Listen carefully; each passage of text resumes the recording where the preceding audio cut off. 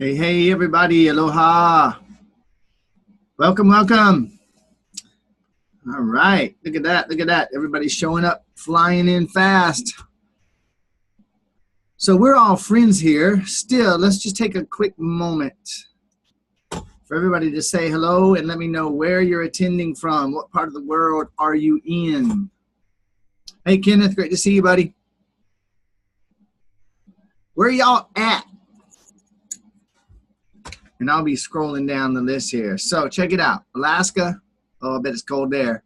Canada, I bet it's cold there. New Jersey, I bet it's cold there. Netherlands, I bet it's cold there.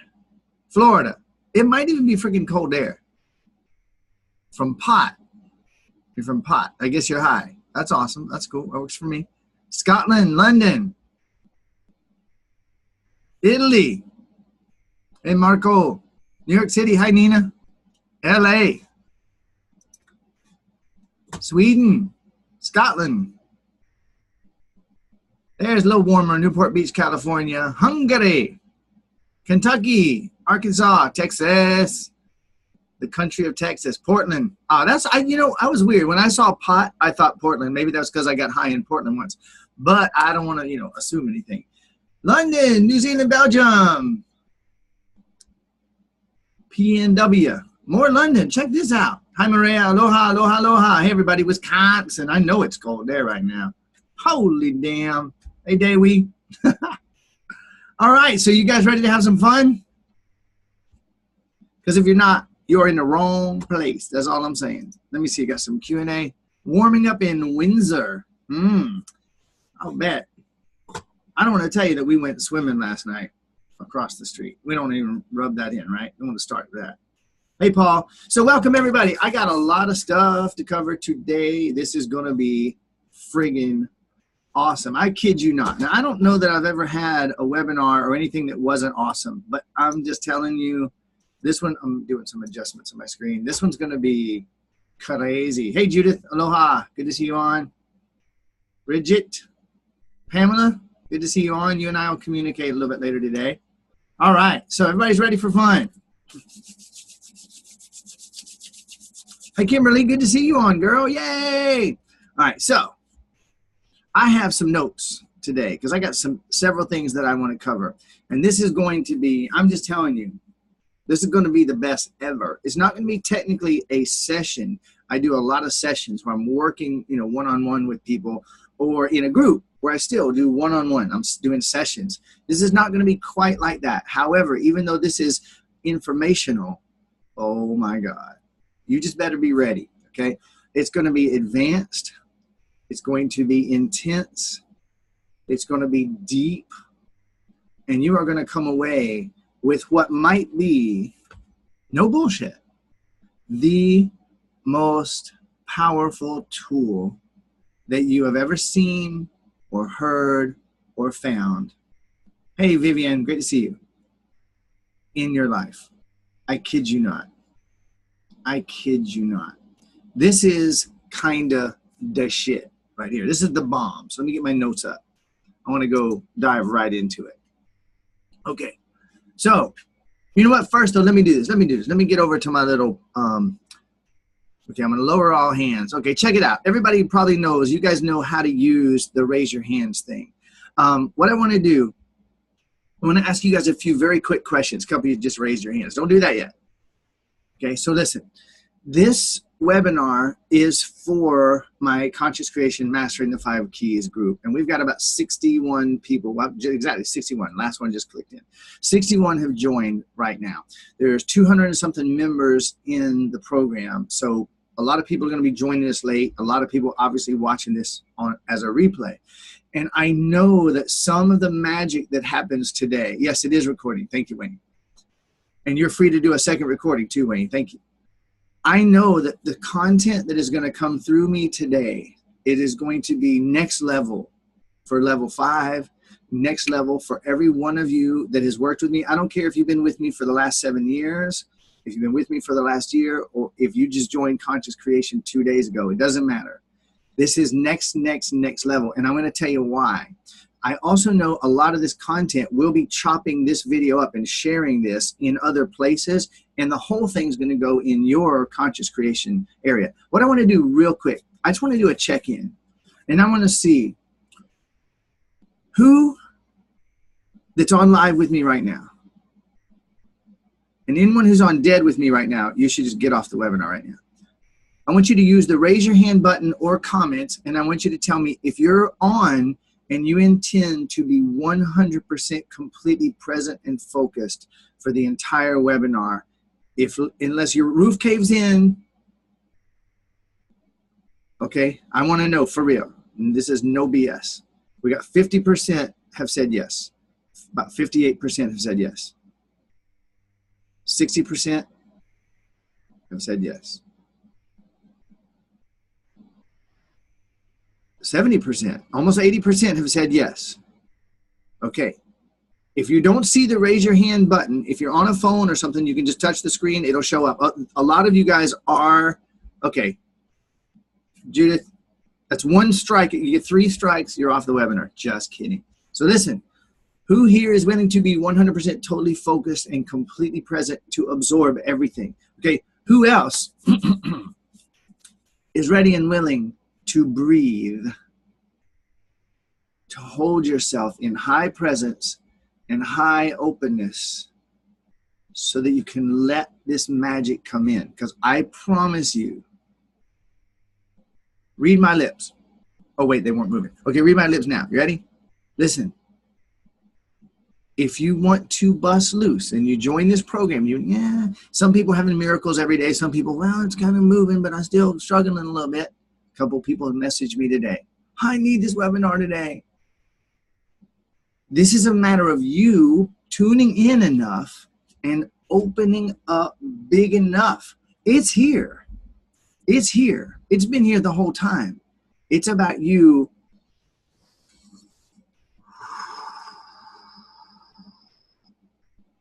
bringing yourself into that place of presence where you can see it and let it in.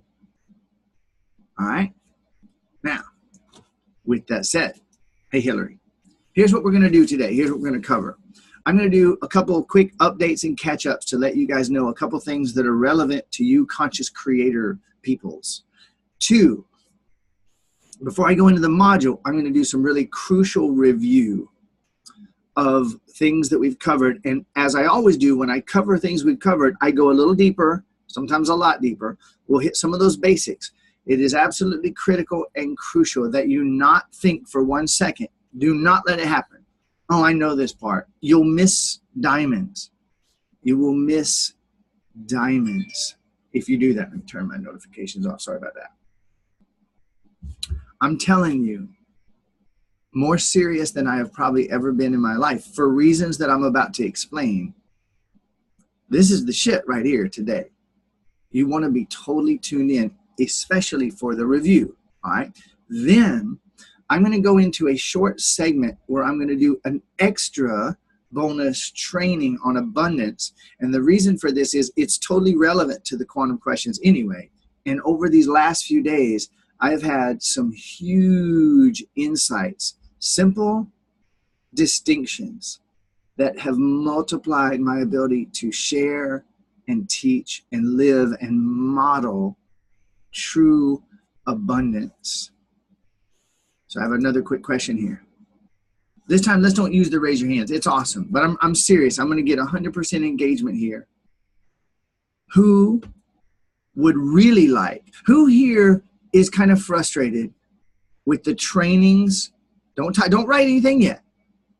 Who here feels frustrated? Please don't type or write anything until I'm done with the question, please. Because I'm going in a different angle.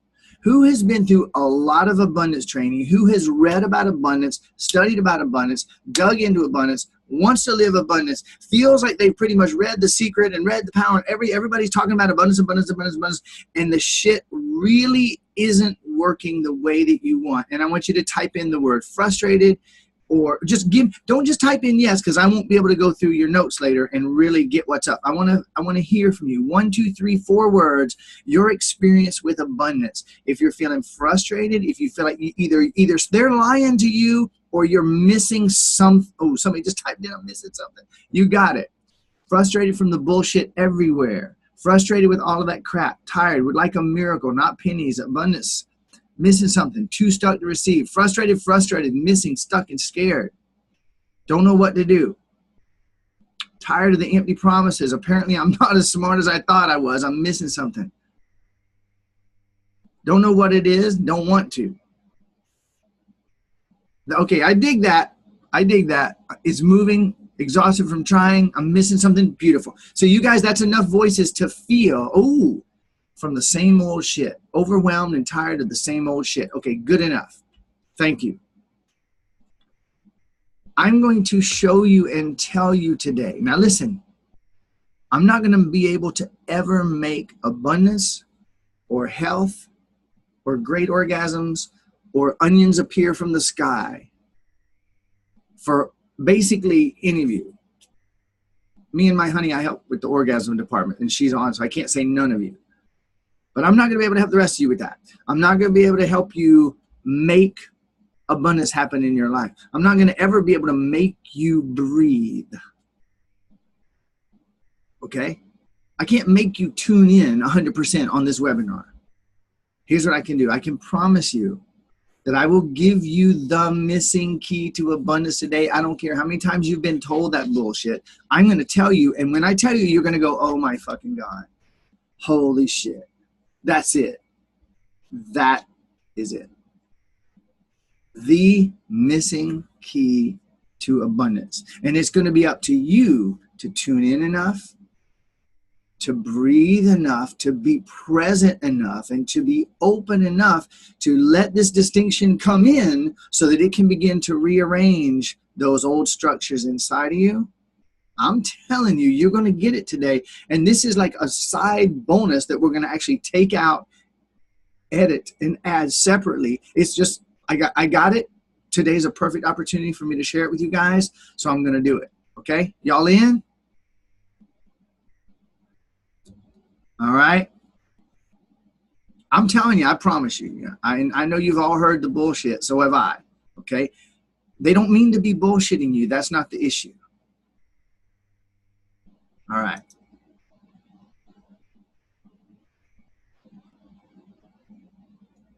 Glad to see all my friends on here today. Okay, so here we go. First is the quick little update that might be relative and relevant to some of you. I posted about this the other day. So very briefly, stay 100% present now. Very briefly, I do the main ways that I work with people. Of course, people come here to Hawaii and do the 4 days with me. And I do small groups and I do one-on-ones, very limited because how many 4-day periods do I have, to do? But I do that. People come out and they spend 4 days with me. On rare occasions, I work with someone, Scotland, Belgium, wherever, where someone is not in a place where they can spend 2 days to fly to Hawaii and then spend 4 days and 2 days getting home. They fly me to them and I do 4 days with them. I've done that several times. I also do some online programs. And when I say online programs, different than conscious creation. The whole purpose of conscious creation is that and it's great news for you guys. This is designed to be like a flagship program that is the equivalent of any $10, $20, $30,000 pinnacle, top of the line, awakening, consciousness, transformational freedom program beyond self-help, beyond personal development, beyond business training, where you can shift in the deepest ways on every topic. And I'm literally putting everything that I can into this program with I'm not holding anything back. It's just a matter of how much can we put in and how fast can we with all the other things that are happening in my life. Then, and this one, by the way, is designed to be infinitely high value at a very, very ridiculously reasonable price point so that anybody who really wants it can afford it. And as a result of that, I'm not in here working with you guys live every week. Okay. I do more high ticket programs where people that want more access to me and my time and they want to work more intimately. I have other programs that are a little bit higher investment where I'm on every week with people live, large groups, small groups. I've done it in many different ways. Thank you, Suzanne. I've done this in many, many ways, many different programs over the years. And oh, by the way, you guys in Conscious Creation, you saw the Conscious Creation 5.0. That's one of the programs I did a couple years ago. So recently, I've been doing something that I call Freedom Sevens. And a Freedom 7 is a 7-week program where I meet with a small handful of people live. And I commit to an hour a week for 7 weeks. And guess what I do? I do 8 sessions. And I always welcome, Rich and Kate. I always end up going over an hour. Like most sessions ends up being 2.5 hours. So just say an hour session every week for 8 weeks. That's the Freedom 7 program. And I'm on live like this, and everybody else comes in live with me, small, intimate group. That program is $3,000. I've done 3 of them in a row now. And I wasn't going to, but I just got the feeling a few days ago, you know what? I'm going to do another Freedom 7. So that one is actually going to begin this Thursday. And if anybody really feels like, you know what, I think I want to be in that thing, let me give you my email address.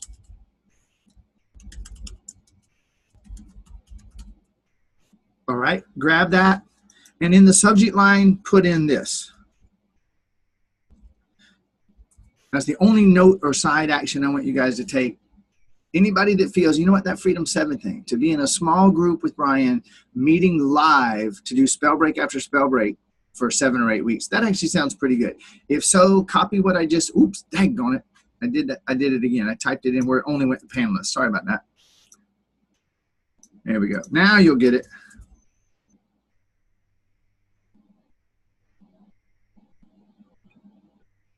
All right. I agree, Sabrina. It is awesome. Okay, so that out of the way. Now, what is it that's going to make, so that's our housekeeping update. Here comes the content. Why am I doing this as a module live with you guys as a webinar, as opposed to recording like I did modules 1, 2, 3 and putting it in? Okay. When you signed up for this program, if you signed up through the webinar that I did, you found out that the way I'm doing Conscious Creation is, it was an incomplete program on purpose. And I wanted to actually create the modules based on the input and the questions that are coming in from you, so that the value could literally be as high as it could possibly be. So I took forever getting those first 3 modules. It's been like a year, almost a year, for me to get those first 3 modules. And I knew I was going to take forever. So what I did was I sold this program for like $800 to $1,000 on a couple different webinars.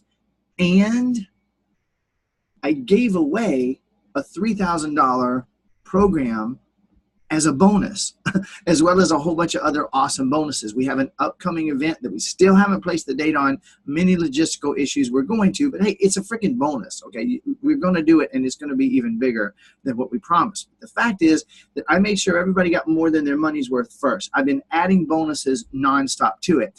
And as I get to the place where, you know what, I'm ready to create that module, I'm doing it. Well, this one, here's what's happened. Who's 100% present?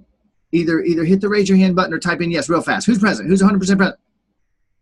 Oh, we hit 50% in like seconds. Okay, so you guys are present. Yay! Good enough. All right, I'm glad. So here we go. Working now with thousands of people since I started Conscious Creation, and working with over 70,000 people since I started this 7 years ago. And having person after person, ooh, my microphone, Amy, I bet that's going to sound better.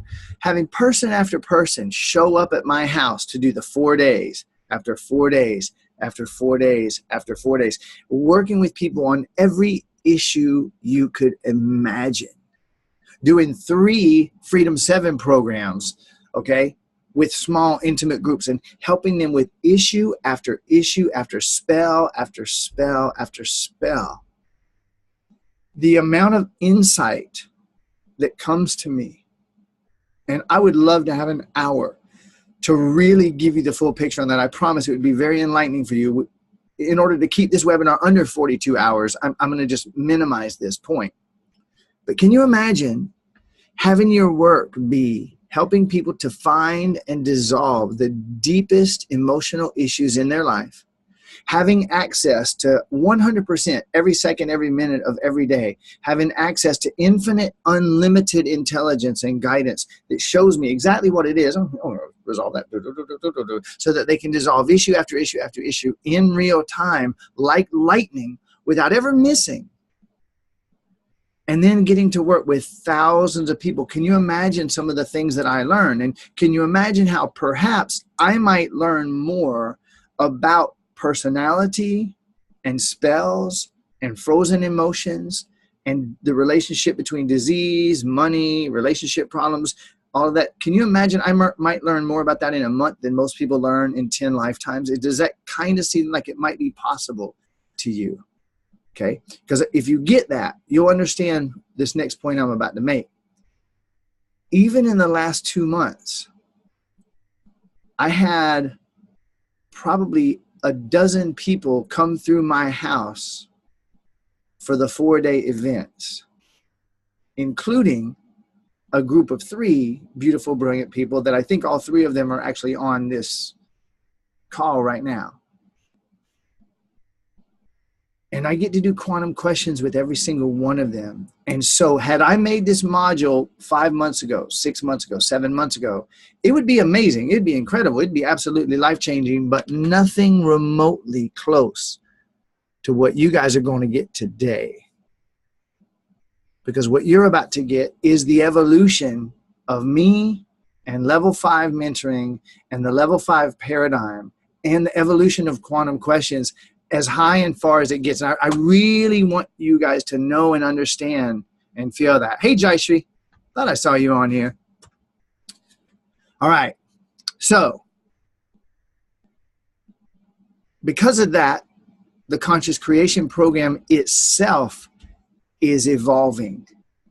Now, those first 3 modules, I wouldn't change a thing. They are completely perfect, rock solid.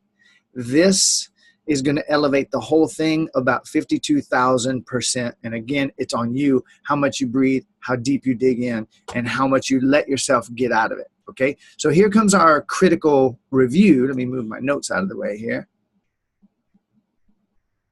All right, everybody breathe.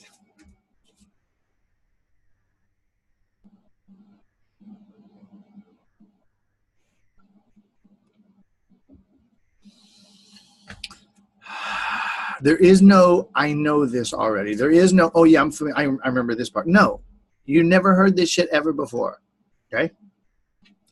So I want to show you how the universe works. Me too, Tobias. I don't know shit. How the universe works so that you can feel. This is a feeling thing, not a mental knowing thing. How your body works, and very importantly, how your mind works, so that you can begin to direct all the knowledge, information, and wisdom into more of the creation that you absolutely prefer and want. Okay, make myself a quick note here. All right, so here we go, here we go, here we go. Infinite, unlimited being. Complete, flawless, perfect, eternal, beyond description, beyond words, beyond anything that we can express or explain. Chooses to project out of eternity into this illusion of time and space in order to have an experience. At the eternal level, all possibilities are compressed down into pure potential with no space, so there's no movement of any kind. There's no time and no space, so there can be no movement or change of any kind. Everything is in a static state of infinite potentials with no limitation and no parameters. And this is really ironic.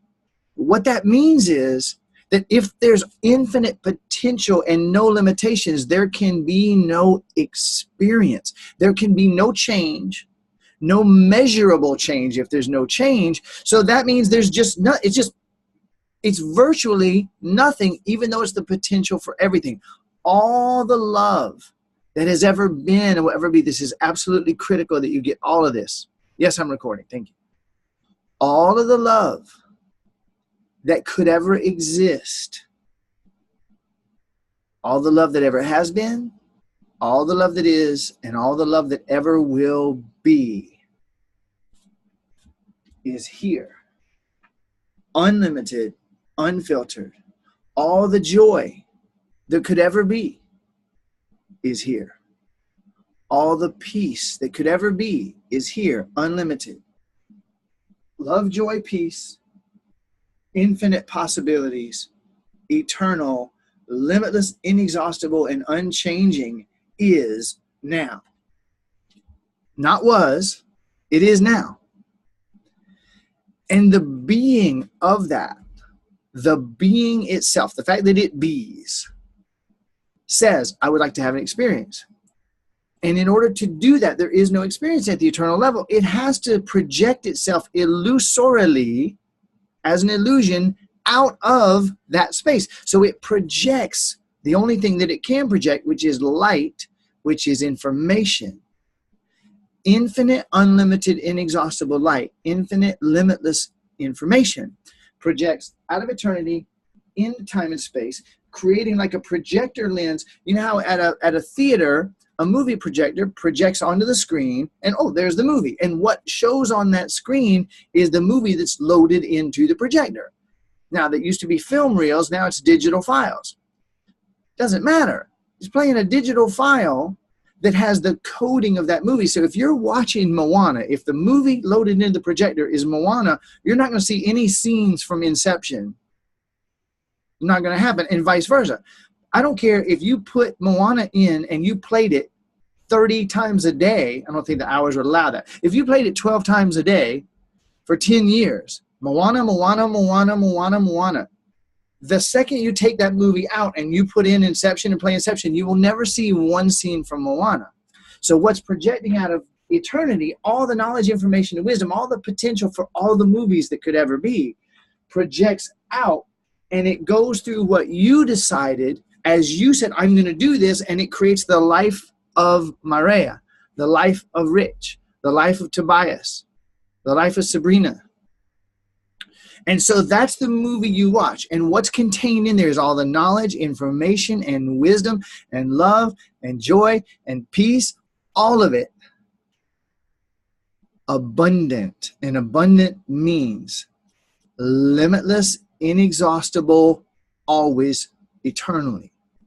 So all of it's projecting out into time and space. Infinite possibilities is still here with limitation. Because you can't have experience without limitation. Now you kind of think, whether you know it or not, you kind of think limitation is kind of bad. I don't like limitation. It means limitation is what gives the possibility for experience.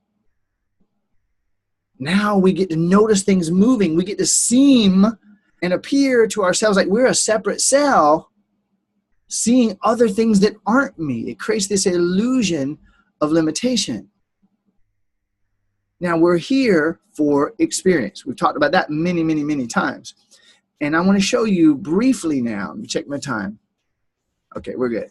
So, infinite, unlimited energy, eternity, projecting out of eternity into time and space. It shows up holographically whoop, as this pattern of perfection. And this pattern of perfection, who's breathing? Who's tuned in? Who's totally present?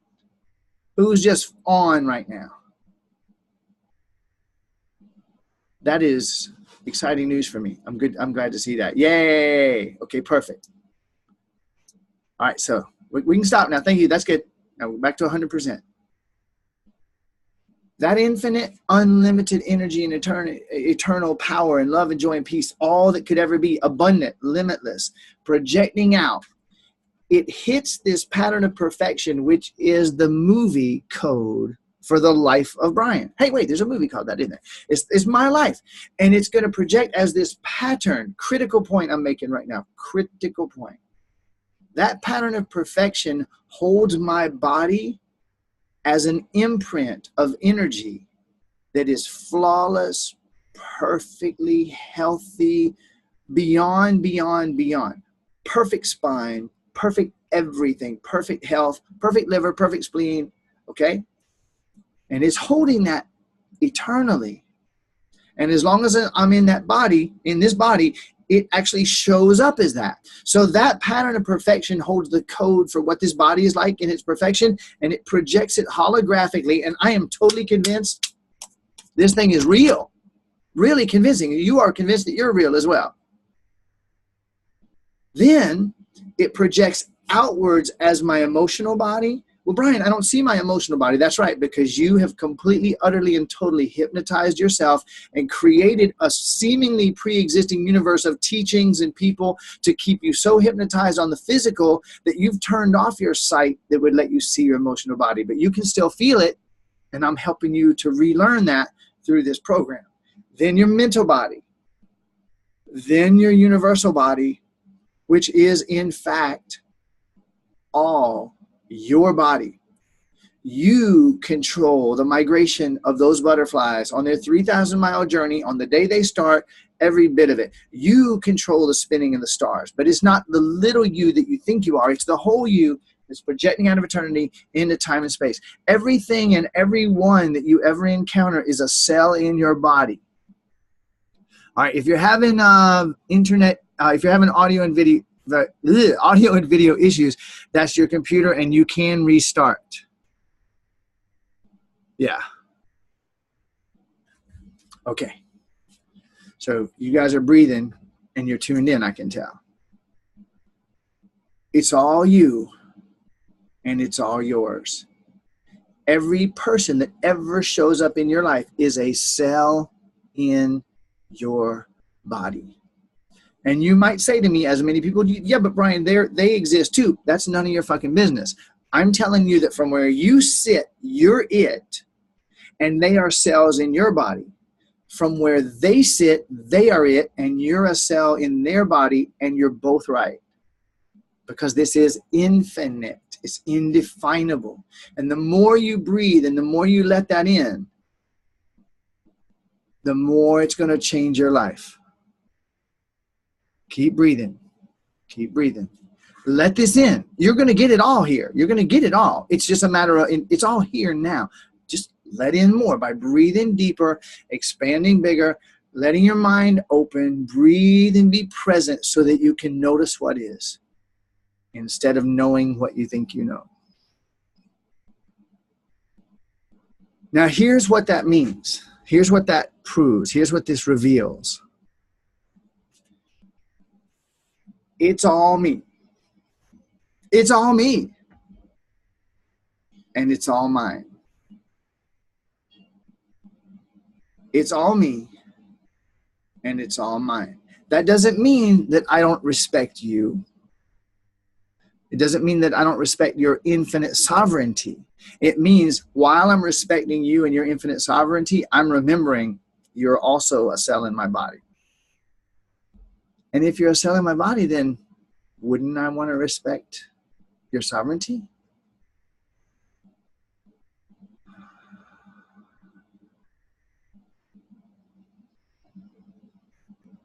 Exactly.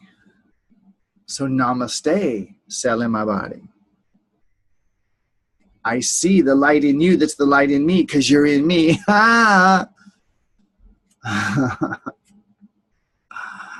All right, now, try on for just 1 minute. What if it's all me and what if it's all mine? Doesn't matter how it has seemed to me. What if it's all me and what if it's all mine? I appreciate you guys being tuned in. Davey typed in a moment ago, and I'm gonna reiterate. When you guys type in your comments, if you will click on all panelists and attendees, or it may say everyone, whichever. Make sure you click that button before you post so everyone can see it. The last two comments, my body's buzzing. This is awesome. My body's buzzing. My truthometer is buzzing. Brian, you keep delivering more awesomeness. We're all just leaves connected to an infinite tree of light. And we are the tree, and we are the source of the tree, and we are the dirt that the tree grows in, and we are the sunlight shining on the tree. We're all the chemical compounds in the leaves that are working with the sunlight and the water and the dirt. We're the pine cone or the apple that it's going to drop. And we are every eye that will ever walk past and see that tree or chop it down.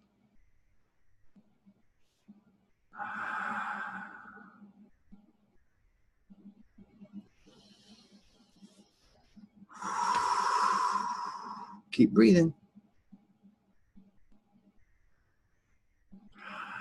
I'm loving the comments. Keep breathing.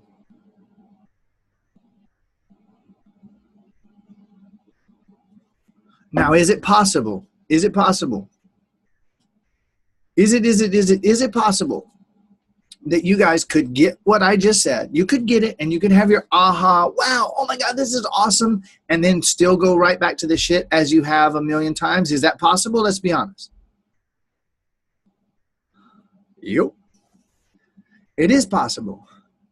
So the purpose of this session is, well, we've covered a lot of information, you guys, in the program. And many of you have released some things.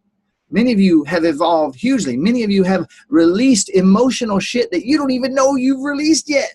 You don't even know some of the miracles that you've had, because some of this stuff kind of happens in time lapse. Good, Nina. Keep going. Keep doing that. Keep doing that. But instead of telling us, you breathe and bring it inside of yourself and breathe deeper.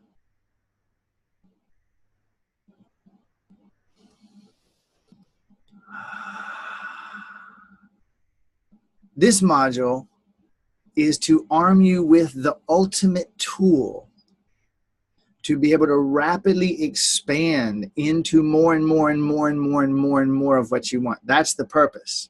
Okay, Vivian said, I feel as expanded as I can get. Not even close. There is no ceiling on your awesomeness. Okay, so now,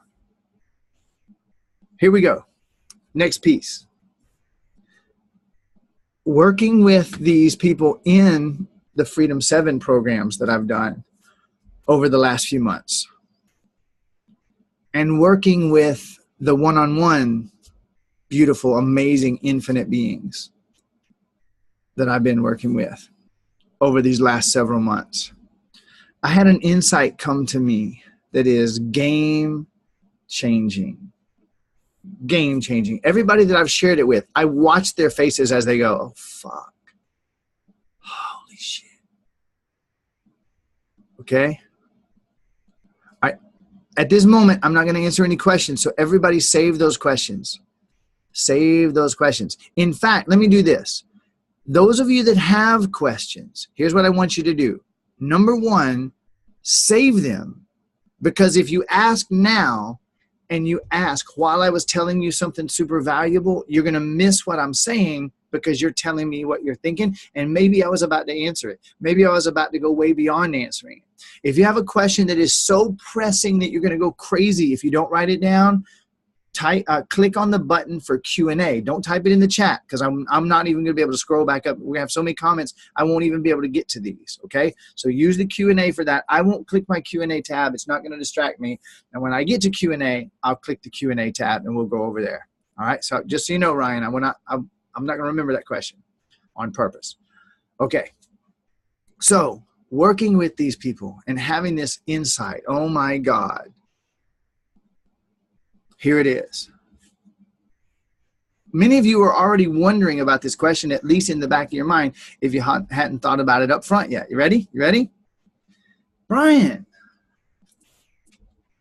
I feel really good when you talk about that infinite being. It's like that's the truth, and I do know it, and it reminds me, and oh my God, you're good at explaining that, Brian.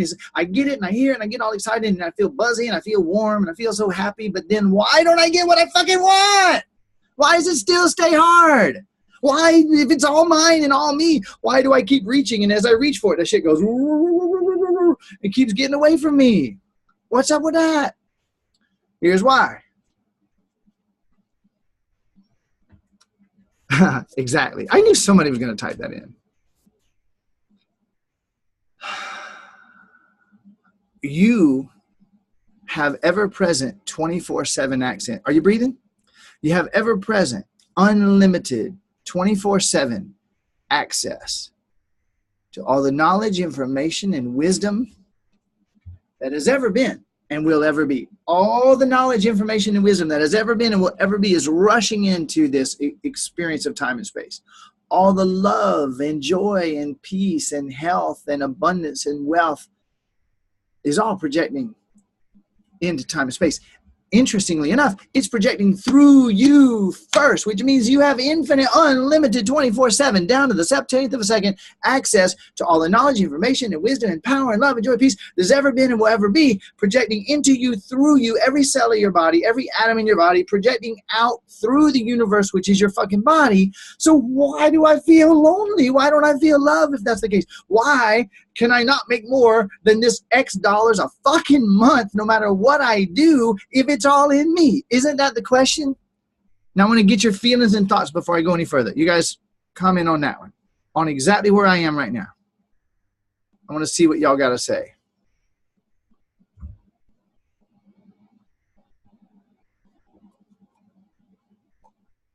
See, I've been reading y'all's mail, haven't I? I've been reading your mail. Everybody's saying that's my question. That's my experience. That's the question. That's the question. Everybody's saying that's the question. That's the question. That's the question. That's the question.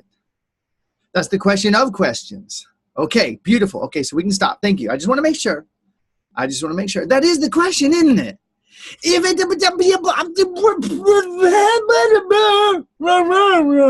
it's all fucking me and it's all fucking mine, what the fuck? That was my high-tech scientific way of asking the question.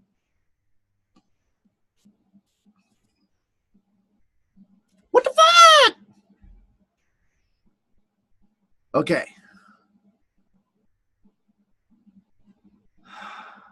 Here's why. Here's why. Because you, infinite, unlimited being, I told you you're going to get it today now. You're going to get it today. It's what you do with it that's going to make the difference. You, infinite, unlimited being of light, have been taking your access to all the knowledge, information, and wisdom that's ever been and will ever be, all the guidance that has ever been and will ever be, all the power that creates infinite, unlimited universes, inexhaustible, all the love, all the joy, all the peace, all the wealth. You have been having it flow into you and through you, all of the energy that is flowing through you. And your number one activity, the number one thing you've been focused on doing, the number one thing that you put the vast majority of your energy, attention, and focus on, is creating incredibly complex thought structures to prevent yourself from being able to see that it's all you and it's all yours.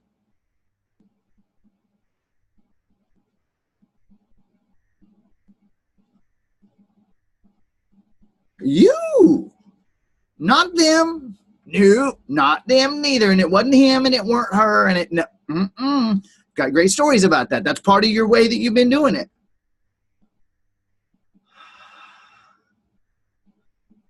I'm going to say it again. You, my friend, nearly everybody on this planet, the number one activity that you have been engaged in, the number one thing you've been doing most, the number one thing that you have been investing, aiming, and flowing all of your energy and potential into is into creating ever more complicated, convoluted, hierarchical structures of thought to prevent yourself from seeing that it's all you and all yours. Who is hearing the ding of truth? Whether you like what I just said or not, who's hearing the strange ding of truth in that? Insanely complex thought. Yes, ding, yep. Ding, ding, double ding there. Yes, sir. Please repeat. I will repeat. I am. Ding, ding, yes. Me, yep. Yep. I understand that. Something there needs to sink in. Yep. Ding, ding, ding, ding, ding, ding, ding, ding, ding, ding, ding. Came to create the illusion. Hearing it, but not feeling it. Okay, so here we go. Let's do it again. Let's do it again.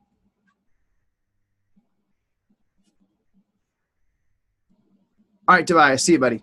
Okay, let me ask another question here. Real quick side question here. Do you get the sense, you guys know that I haven't started on the quantum questions training yet, right? Are you getting the sense that this might be the most valuable part of the program so far? Even those of you who've been raving about the value of the program for all this time, you getting the sense that this might be it? Because when I stack the quantum questions on top of what I'm doing right now, y'all, good. Thank you. Good. That lets me know. Thank you.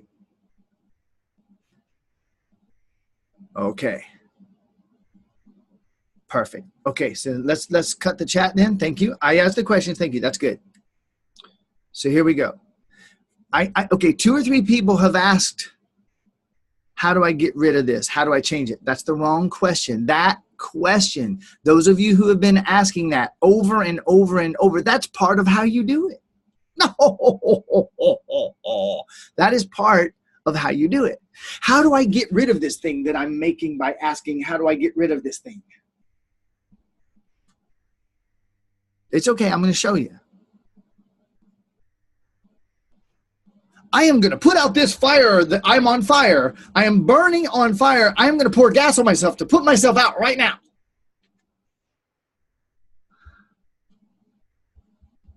Shit don't work. I don't know if you've noticed that. It just burns more worser. Carl, good to see you on, man. Straightening the deck chairs on the Titanic as it's going down. Okay.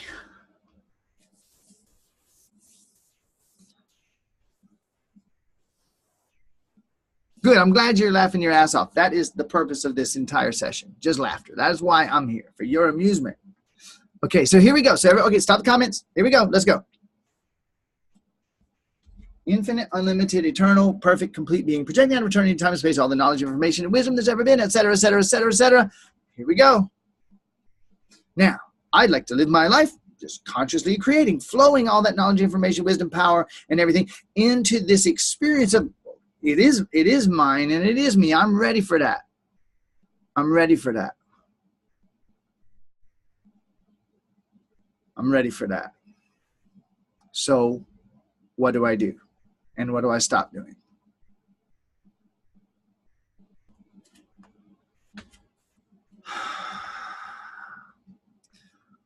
What we want to do is we want to undo those incredibly convoluted thought structures as quickly and efficiently as we possibly can in order to experience more of what we want. So I have a tool that I'm going to share right now. And this was not in my notes. And I'm going to ask you a few questions. If you guys will close your eyes.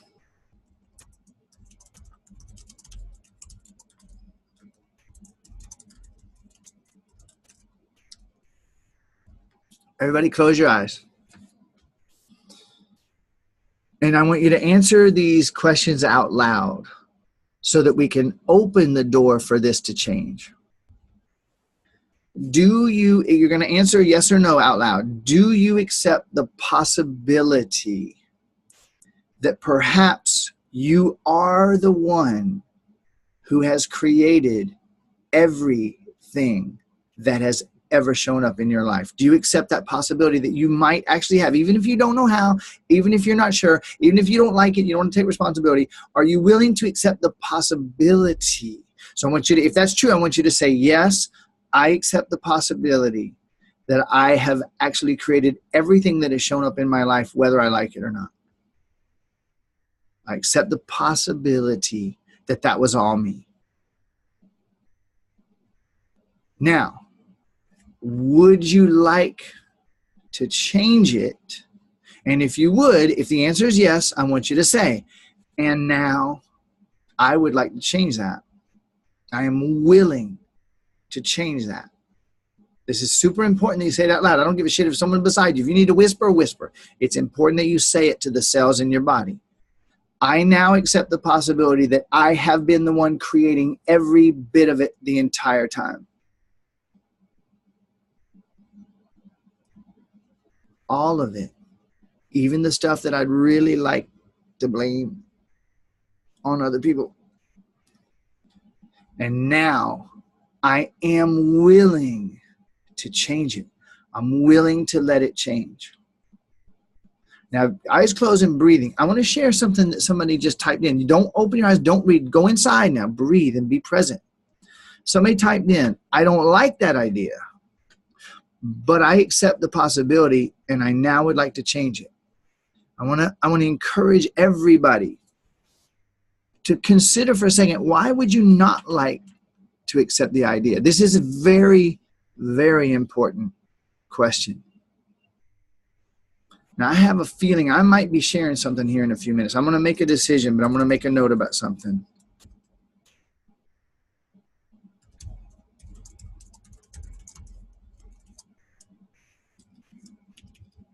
All right. I want you to just feel for a minute. I don't like that. I don't like that idea that I might have created it all. And I want you to be completely honest with yourself. Why not? Why do you not like that idea? And listen, if you will allow yourself to breathe deep enough and really tune in, all right, for now, let's stop all chat. Just for now. And those of you that are typing, your eyes aren't closed. You're not going inside. You're not going to get 100% of this. This is super gigaciously important. Game-changing, life-changing, down to the root stuff right here. Why do I not like the idea that I might have created it all? Why might I not? And if you don't know why not, then I want you to really feel it out. Why might I not? Well, what reasons could one have to not like waking up and realizing I created it all? What reasons would I have to, how could I possibly not like that? Because listen up. If it's true that I created it all,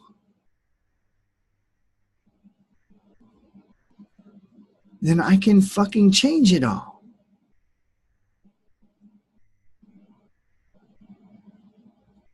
If I created it all, if I'm going to let that possibility, and if I'm willing to accept the possibility that I created it all, that all of my difficulty, all of my frustration, all of my challenges, all of my lack, all of my relationships, all of my abundance issues, and my bank account and my waistline, if I am willing to accept the possibility that that is all my responsibility, and then I feel that I don't like it, what the fuck? What would I have to believe? What would someone have to think or believe was true in order to not like that?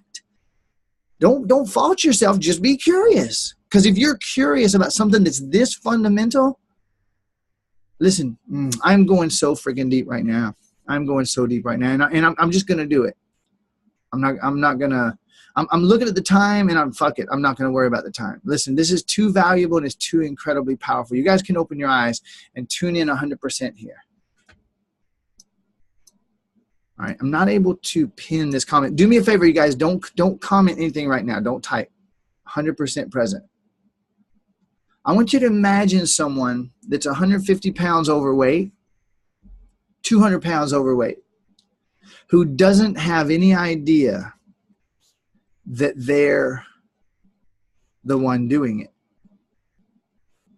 Imagine someone, a couple 100 pounds overweight, significantly overweight, dangerously high probability of health issues, heart attack, etc., or breaking a chair, whatever it might be. And they literally have no idea that it's them. They have no, doctor said Thyroid, not me. It's not those fucking 5 pounds of bacon that I eat every morning. I don't think that has anything to do with it. Can you imagine that? Don't type. Just can you imagine it? Can you imagine someone that's just a total fucking asshole? Now, this is utterly unconscious communication. Just imagine someone you know is total fucking asshole. All of their relationships go to shit. And they're blaming everybody else for it. They have no idea that all those relationship issues are theirs. You probably know someone like that. All right, I'm going to copy this note so I can come back to it. Oops. Dang it.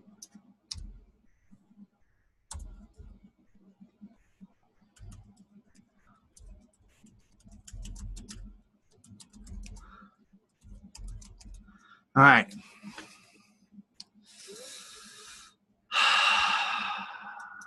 Check this out. I want to keep this webinar under 2 hours. I'm pretty sure I set the webinar to run for 2 hours. Pretty sure I did. I want to keep this under 2 hours. However, I feel like I just landed on something that is so powerful that this thing that's up right now, it's a key point. And we can go deeper, and it might change everything. I am personally willing, it's not my preference, I'm willing though. I'm willing to go as deep down this rabbit hole as it takes for everybody to get what's available and actually end this webinar on time and do another webinar for the actual quantum question. I'm totally cool with doing that if that's what it takes. Right now though, I just want to check in. Who's 100% present right now? You can either raise hands or you can type a word in. Who's 100% present? Awesome. Okay, let's stop that one. I'm gonna lower hands. Who has a feeling right now? Stop with the hands, everybody. I'm lowering the hands. Stop. I know some of you took a few minutes. Listen to this.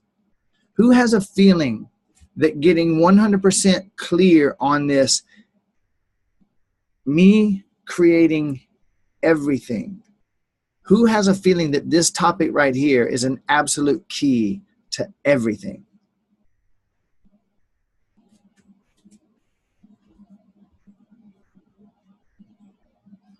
Okay, that's nearly 100%. Okay, so we can stop. I want to check in and see. It is. This is good shit right here. Okay, so all right, let's stop with the comments now. Yeah, I'm with you, Rich. All right, so everybody 100% presence. Listen, the person that made that comment did a giant gift to everybody here. And so I'm gonna tell you guys a little story. Something happened this last week with my kids. They stayed with me for like 10 days, which is the longest they've been with me in quite a while. And it was just a miraculous experience. We got closer than ever and had some phenomenal conversations with my kids. And one of them happened at about probably 2 o'clock in the morning. I had an experience with my 6-year-old where I had this realization of how everyone in the family had been at times stepping on him and disrespecting him, and none of us knew it. None of us knew it. And I had this conversation with him, and I sat on the floor and cried my eyes out. I just woke up to something that had been going on. I apologized. I told him we were going to change it. And then when we went to bed, my daughter, my 10-year-old, Suki, was involved. And so she actually initiated this kind of blow up thing that happened with him. And so she and I sat down and started talking. She had been asking me for 3 days, Daddy, would you tell me a secret? I just want a secret. Would you tell me a secret, Daddy? And I was like, I don't really have, as soon as I have a secret that's valuable to share, I'll do it. And so I cannot tell you guys what the secret is because I promised, and it was a secret. However, I'm going to tell you what it was about. That night, around 2 o'clock in the morning, she and I were still awake talking about what had happened. And I realized the secret that I wanted to share with her. And I said, honey, in my work with these thousands of people, you've seen the people that come and go out of the house, and you've seen what kind of miracles they have. You know, Daddy does some weird shit. And this thing that just happened with Audion, her little brother, it brings up something that's like a secret that I haven't really shared with anybody. And I can tell you something I've learned about how life works. And I said to her, this was a core piece of the secret that's not the secret, so I can still tell you guys, and I won't be breaking my promise to her. I said, you think that you know that your little brother is going to be a fucking jerk. You think you know that. So when he goes to do this thing, you feel, oh, he's doing that to irritate me. And so you know he's doing that to irritate you. And that's what you get. Now, if I ask you right now, Suki, why do you know that he's going to do this to irritate you? You're going to say, I know because I see it. I know he's doing that to irritate me because I can see there he's doing it. I know he's going to do this to irritate me because I see him do it. And I said, well, think about everything we've talked about here. Is it possible that maybe you're actually seeing him do it because, and she said, because I know it? And I said, yeah. Now, in a moment, I'm going to tell you the words that came out of her mouth. Who's clear on what I just said and who's not clear? If you're clear, type in clear. If you're not clear about what I just said, please type in not clear. Wow, you guys are good. Okay, one person not clear. So let's stop. Okay, start with the comments. Thank you. You're awesome. Oh, two not clears. Okay, so check it out. We think that we know something. We are so full of shit. It ain't even funny. Now, not everybody has brown eyes, but we are all full of shit. Because everything that we think we know is bullshit. If there's no physical universe here, then everything that we think we know on top of physical universe is bullshit because it's based on an erroneous presumption. So we think we know. Who in your life has someone that you are sure at some point in the future, because they've done it so many times, you're absolutely sure that they will be an asshole to you again? Either raise your hand or type in yes. And don't be fucking spiritual on me right now. You got someone in your life that's been enough of an asshole that you know that they're going to be an asshole again. Now look at this. Look at this. Look at this. 20, 30, 40%. Okay, stop. Stop. That's over 40%, and I had you stop. Here's my question.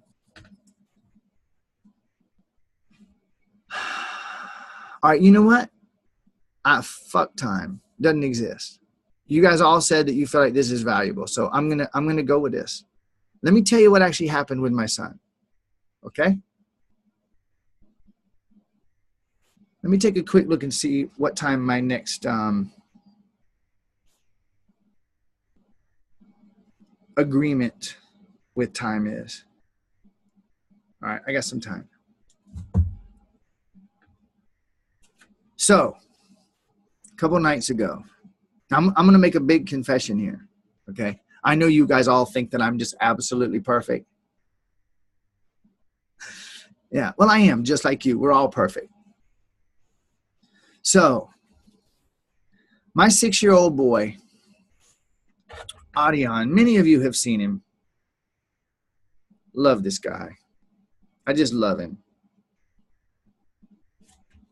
This is the evening that it happened. We went out to dinner a little bit earlier. That's me and my little guy. And we got home. It was getting late. It's probably 10:30. We were up a little bit late.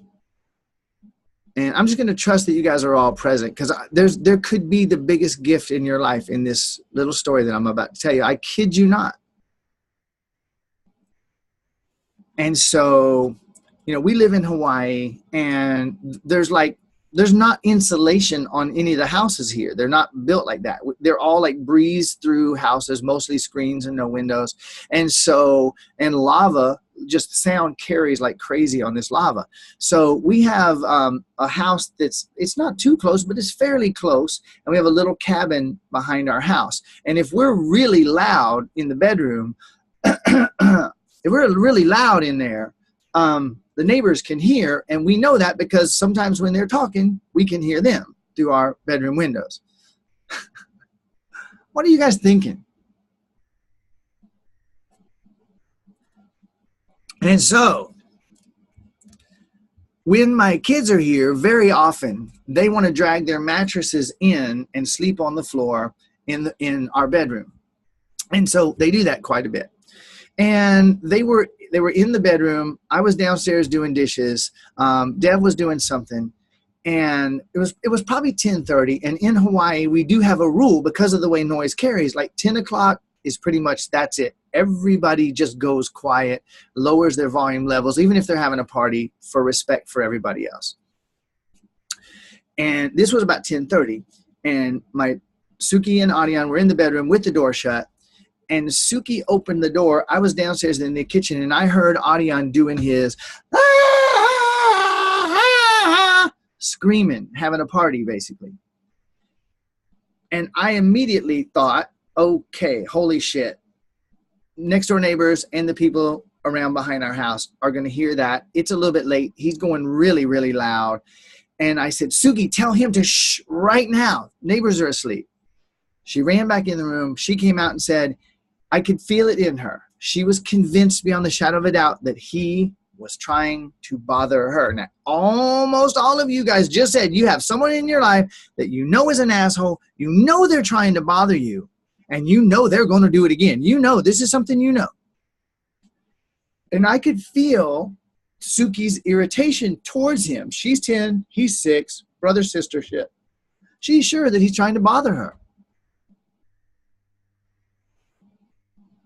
Maybe this isn't just a story about my kids. Maybe this is one of the biggest cosmic lessons that any of us can ever learn.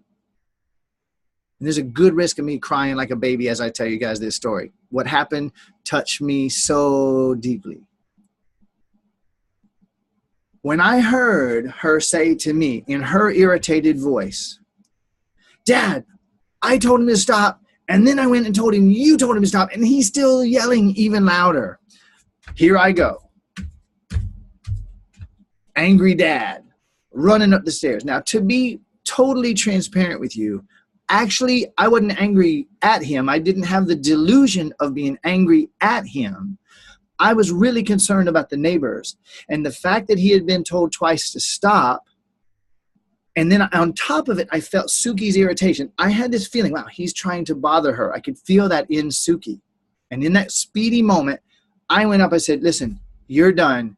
You're not sleeping in our room. I know you want to. No, go get in your room and be quiet. Do you know why? And he said, and he cried, and he got up and went to his room. And I went back downstairs, and I was finishing washing the dishes. And for some reason, something didn't sit 100% right with me. And a little bit later, very fortunately for all of us and for you, I realized, crap. I think he brushed his teeth, but I usually do a second brushing of his teeth after he does. Crap, I didn't brush his teeth, so I told him to come back out.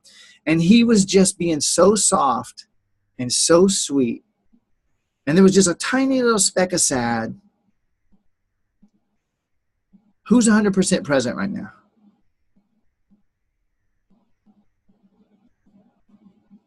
That is phenomenal. Thank you. Okay.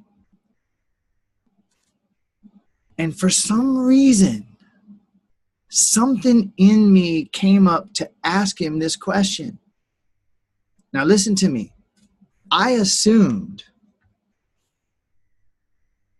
that he was trying to bother his sister. And I partially assumed it, feeling her, assuming it, and knowing it. And I also was very concerned about him yelling after being told no twice. Dude, the neighbors, for God's sake. Okay. But I realized I never asked him what was actually going on. And I said, Adian, why were you yelling so loud? And what were you feeling? Like when you were laying there screaming so loud, I assumed he was upset. I assumed he was bothering Suki. I had all this story in my mind about what was happening. And when I said, what were you feeling when you were screaming like that? He said, happy. And I went, oh my God, oh fuck. We all just stomped this kid in the dirt. Suki telling him to shut up. Stop, shut up, stop. Me telling him to shut up and stop right now. And then when he didn't stop, I went up and sent him to his fucking room.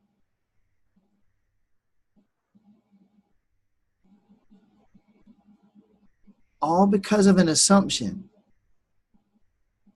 He was being a 6-year-old boy before bed, getting some energy out by yelling. Ah! It's something he loves to do. He loves to sing really loud through the house. And his brother and sister say he's being irritating. No, he's actually having fun singing.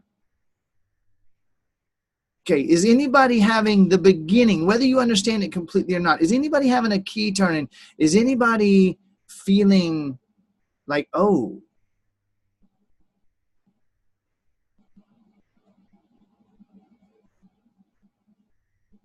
okay, that is so awesome. Okay, so let me tell you what I did. I got on my knees and I hugged him and I cried my eyes out, telling him how sorry I was. Wow. And it was so revolutionary for me. It was so revolutionary. I was like, you know what?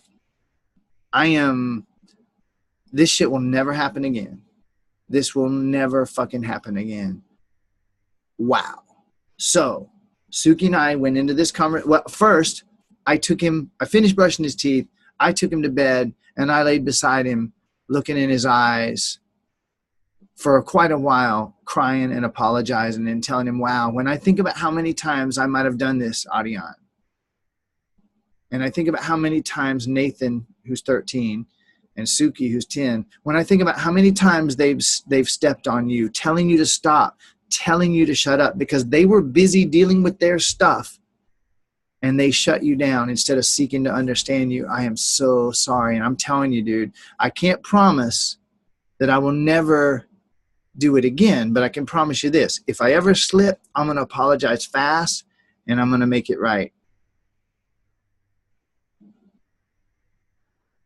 Okay. Now, a lot of you are making the comments about the child aspect of this. And I want to extrapolate this out. Take it out to everything. How many times have you known that person was trying to be an asshole? They were trying. Don't fuck around. Let it in.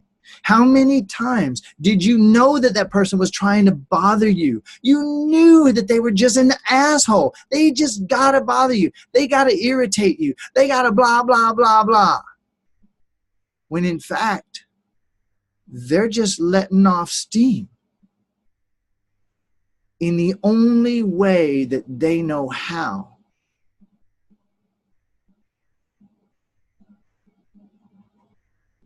So nearly everybody said they know some asshole that's going to be an asshole again.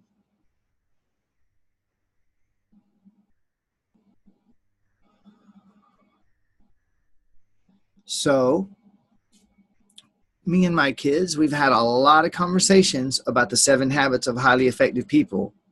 Okay. And one of the core habits is seek first to understand and then seek to be understood. Seek first to understand and then seek to be understood. So understanding him now, I said, honey, did you know that the neighbors were asleep? And he went, and I said, and did you think about the fact that being that loud, they would hear you? And he went,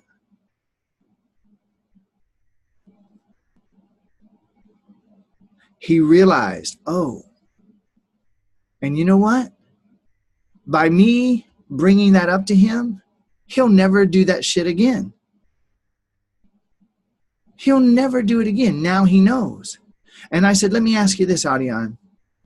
Suki was sitting up with us. And I said, I called her over actually for the conversation. And I said, let me ask you something. If Suki had said to you, instead of telling you stop, shut up, if Suki had said, Adian, the neighbors are asleep, shush, would you have stopped? And he said,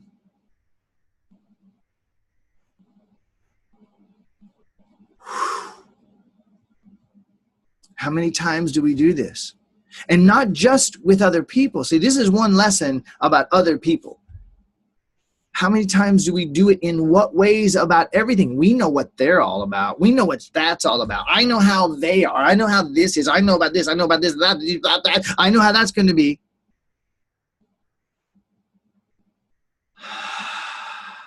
So this led to the conversation with Suki. And I said, Adian was ready to drift off and go to sleep. So I said, Suki, is there any possibility in your mind that if you had said to him, Adian, shh, neighbors, is there any possibility that he would have quieted down? And she said, very grudgingly, she said, yeah. And I said, you were pretty sure that he was doing that to bother you, and you've thought that about 1,000,000 times, haven't you? And she said, yes, but now I don't think he was.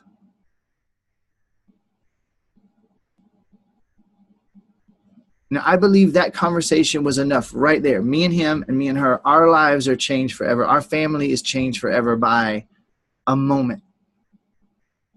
And that led to this. Anybody remember what sparked me going down this road? It was that comment. I don't like that idea that I'm creating it all. I don't like that idea. And you know who you are that typed it. You weren't the only one that thought it and felt it.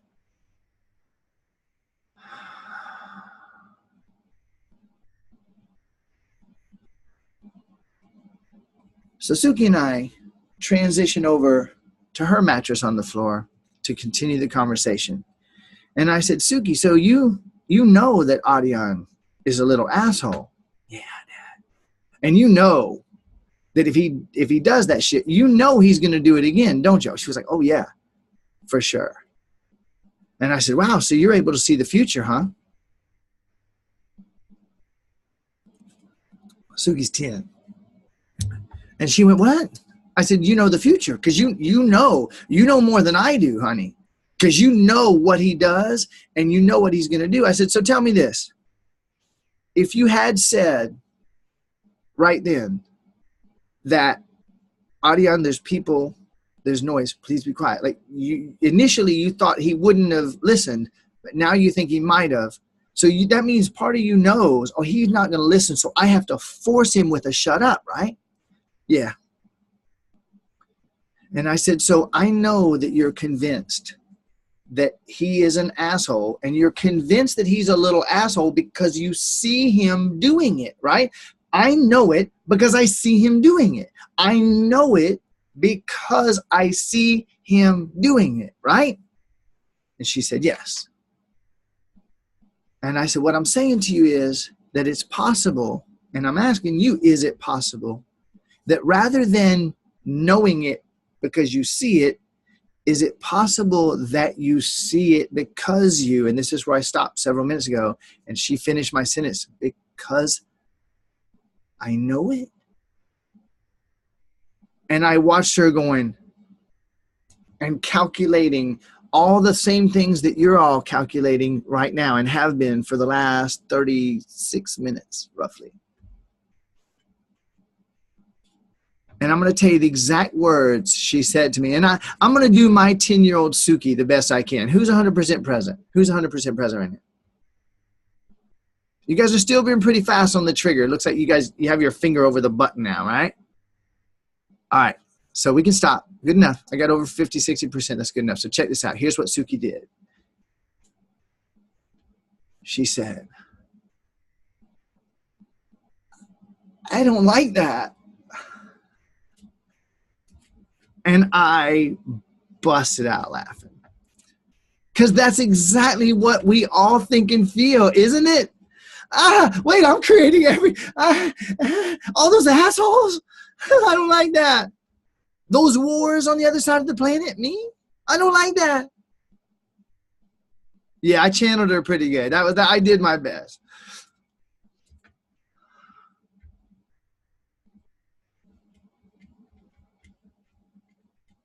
So check it out, you guys. Right now, there's a 10-year-old girl on this planet who knows this. You're welcome, Kimberly. Since that didn't go to everybody, I'm just going to say, somebody just thanked me for sharing this story.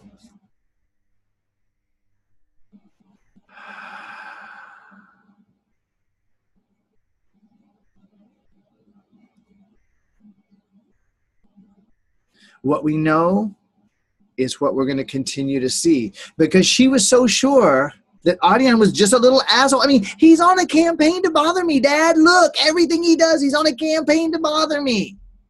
Adian stays up at night. What are the ways that I can bother my sister? No, he's fucking yelling. He's having fun.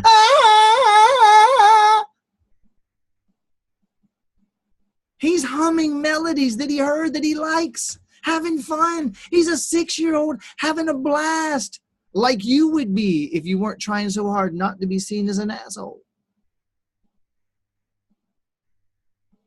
Okay, Judith, no. Now, thank you. Not poor little thing. It's exactly what he asked for. He's an infinite, unlimited, perfect, complete being, projecting out of eternity into time and space, who, unlike you and me, was able to learn this lesson at 6.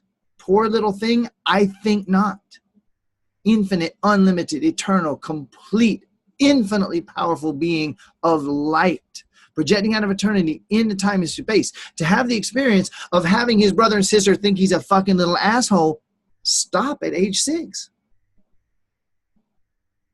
That shit ain't stopped for most of us.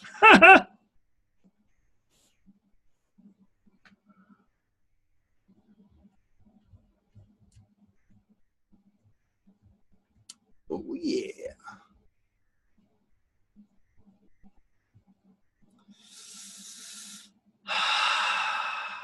So I went down roughly a 40-minute side road that is immensely, eminently valuably transformational for those of us who will let it completely in. None of us are going to be able to look at the assholes in our life the same way.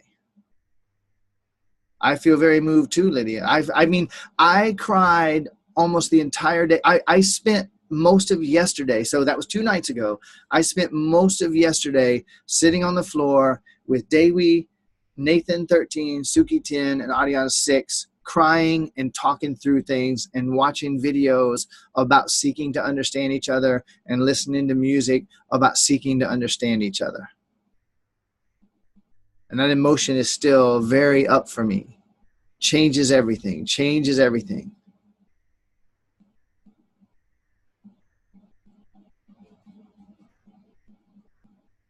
Let those epiphanies come through, everybody.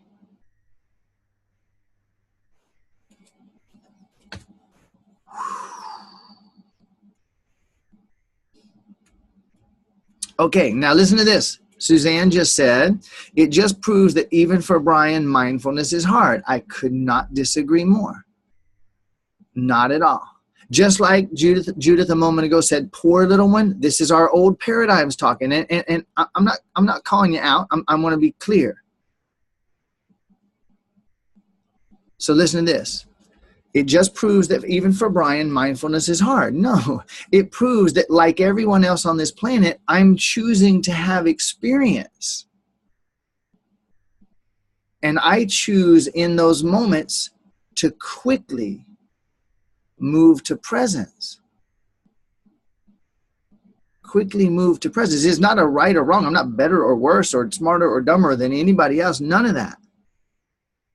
I chose presence.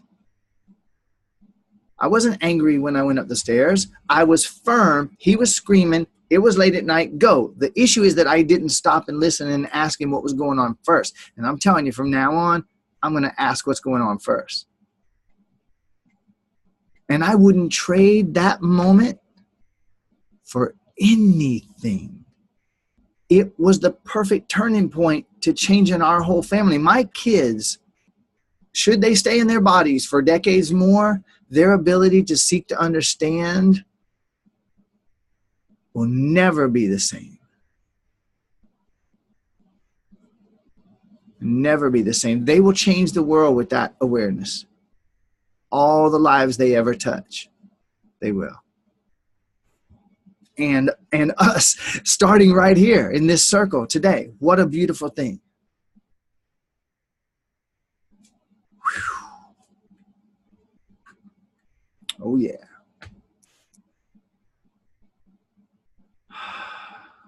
So let's go back to that key point. I don't like that I might be the one creating everything.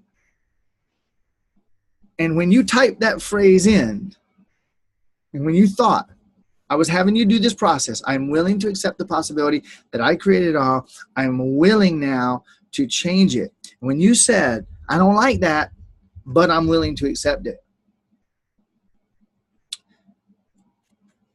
And I said, think about why you're saying that. And 3 seconds later, someone else typed in this phrase, because then I have to blame me. I don't like the idea that I might actually be the one creating everything. You guys remember what we were talking about right before that? We're talking about how we are the ones who are spending, we got it all the knowledge, information, wisdom that's ever been and will ever be, projecting out of eternity, time and space, all the love, joy, peace, all the abundance. It's all infinite, unlimited. There's nothing but infinite possibilities, projecting out of eternity. It's all here. It's all mine. It's all me. It's all me. It's flowing through. It's blah, blah, blah, blah, blah.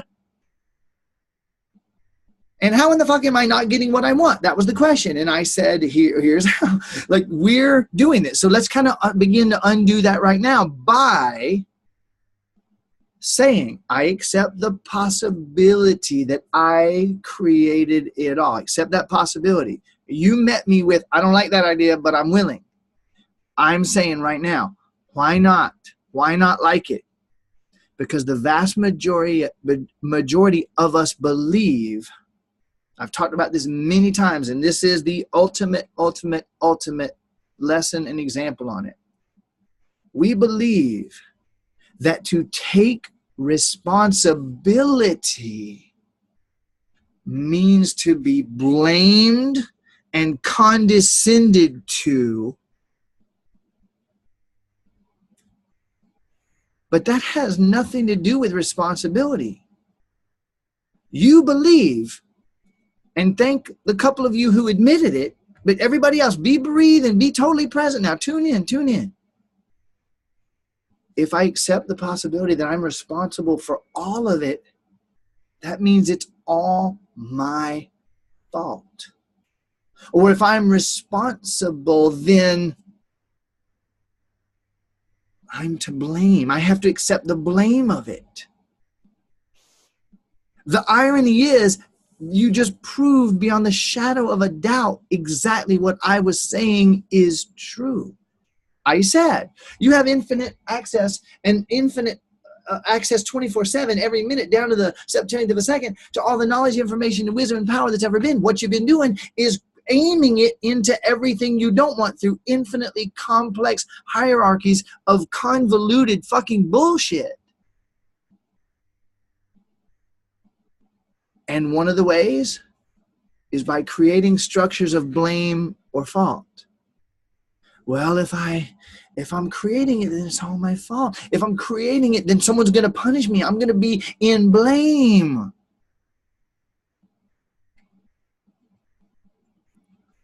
But what would life be like if there was no blame or fault?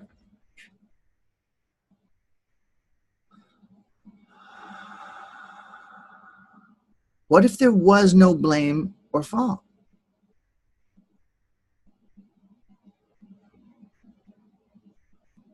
When Suki said, I don't like that, Part of what she meant was, if I created all that, then I might create more of it.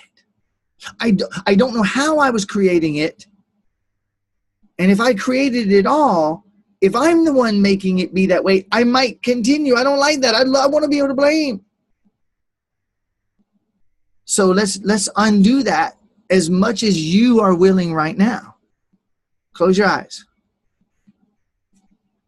Breathe.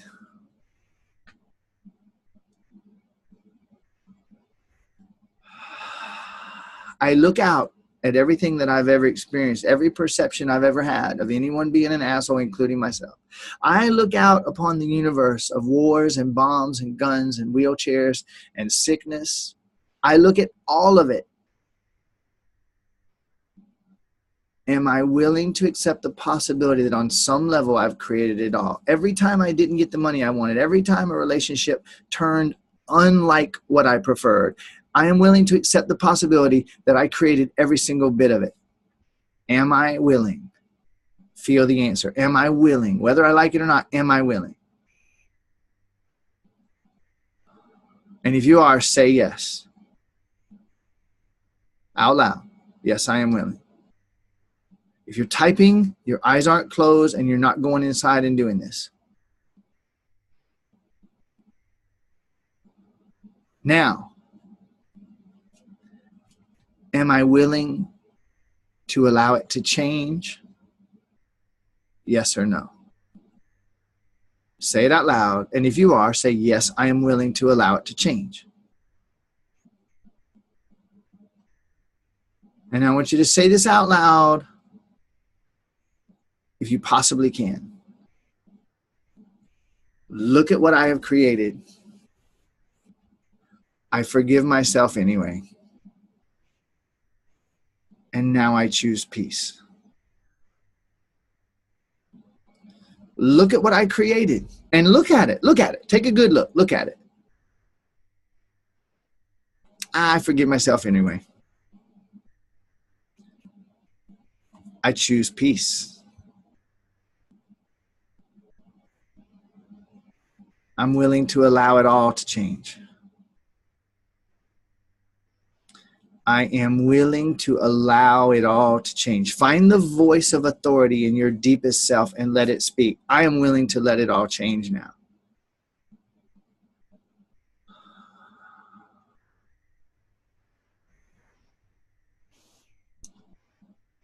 All right, open your eyes. How you guys feeling? Let's get a little chitty chat going for 1 minute here before we go into the next phase of this. 1, 2, 3, 4 on my clock. That's cool.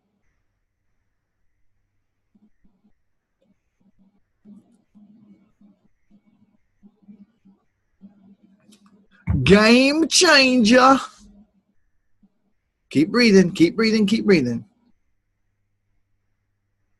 When I told you guys that Conscious Creation was going to be the best program you ever invested in, I wasn't bullshitting.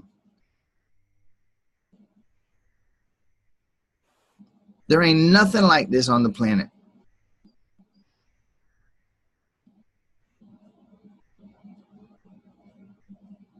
Yep. All right. Now, let's talk. Keep breathing. Keep breathing. Let's talk a little bit about how the mind works so we can get into this quantum questions. And you know what? I'm just going to go on through it. Me too, Carl. Best in the world, man. As far as I'm concerned, it's the ultimate.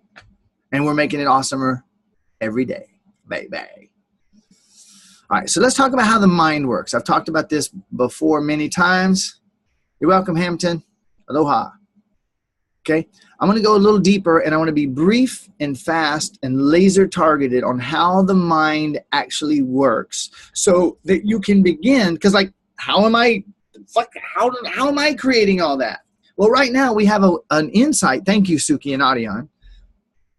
We have an insight. How do I do it? Well, I know that he's going to be an asshole. So when he does something, I can just assume, there he goes, being an asshole. See, I'm right. What Suki doesn't know is that later, when he goes around and knocks her fragile little ceramic that she just made with her ceramic set. She made her favorite little cup. When Adian walks by and accidentally knocks it off and shatters it, she created that too. Now, he co-created it, but by assuming he's an asshole and yelling for him to shut down instead of seeking to understand, she's creating the exact nightmare that she's living. Is you hearing the words that I am saying to you right now?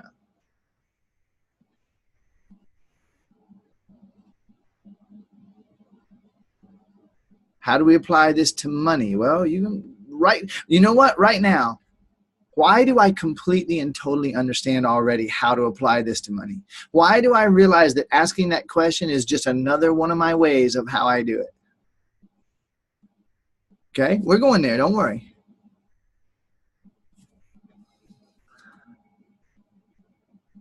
Now, you know what? I'm not kidding. I have the strongest feeling about this. I'm going to do this right now. Anybody who's willing to do this with me, thank you, Suki.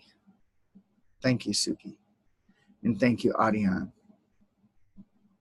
for this monumental, magnificent gift of a misunderstanding and the life-changing, world-changing potential that you have revealed for me, for us who see it and will look and feel it. Thank you so much. Cosmic gift beyond price. Thank you so much. I just felt that, so I did it. So, if we look at how we've been doing it a little bit and understand how we've been doing it, we can begin to aim the mind in a different way. So here's what I want you to imagine. Imagine that your mind is actually a lens, and it's kind of like a morphing lens. It can go far like a telescope, or it can go in like a microscope. It can go in any direction, concave or convex, and it aims. Now, what passes through a lens? Generally, light, right? So if you're looking at something with your microscope, you gotta have light on it or it's no good, right? Looking through a telescope, there better be either light coming from it or light reflecting off it, or you ain't gonna see nothing. That's a really important set of distinctions that's never come through me before when I talked about the mind being a lens. Thank you, because you guys are helping this be even clearer today. So the mind is a lens, and what is it focusing? All the knowledge, information, and wisdom that has ever been and will ever be, projecting out of eternity into time and space, hitting the lens of I am, hitting the lens. And I aim it intentionally or by habit. Now, imagine, if you will, a fire hose. You ever seen a big ass fire hose, like a high pressure fire hose? And not to be sexist, I'm sure there are fire women, but forgive me for saying firemen. Normally, it's big burly dudes, right? So you got 3 dudes holding this fire hose, and one's holding the freaking nozzle, and they're holding on for dear life. Because with that much pressure coming through that hose, if they let go, that hose is going to beat them to death. You know what I'm talking about? Can you see it? Can you guys see this? There's so much pressure spraying out of that thing, and it's a big, heavy 40-pound brass nozzle on this huge hose. So who you guys with me? Y'all with me? You still with me? Is this too much? Do we need to stop and do another webinar later? Are you guys with me?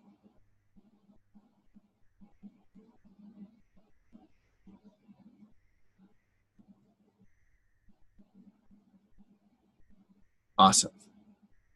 Okay, I just saw something about Jeffrey Dahmer pass by. I got no fucking idea. We may talk about that in a minute. I have no idea what that was. Okay, good. So you guys are with me. All right, so good. We'll kill the chat. Thank you. I know I'm the one who asked. I'm just saying. So we're going to focus again. So here's this fire hose of infinite power flowing out. I see this projection from eternity into time and space. I see it in 2 ways at the same time.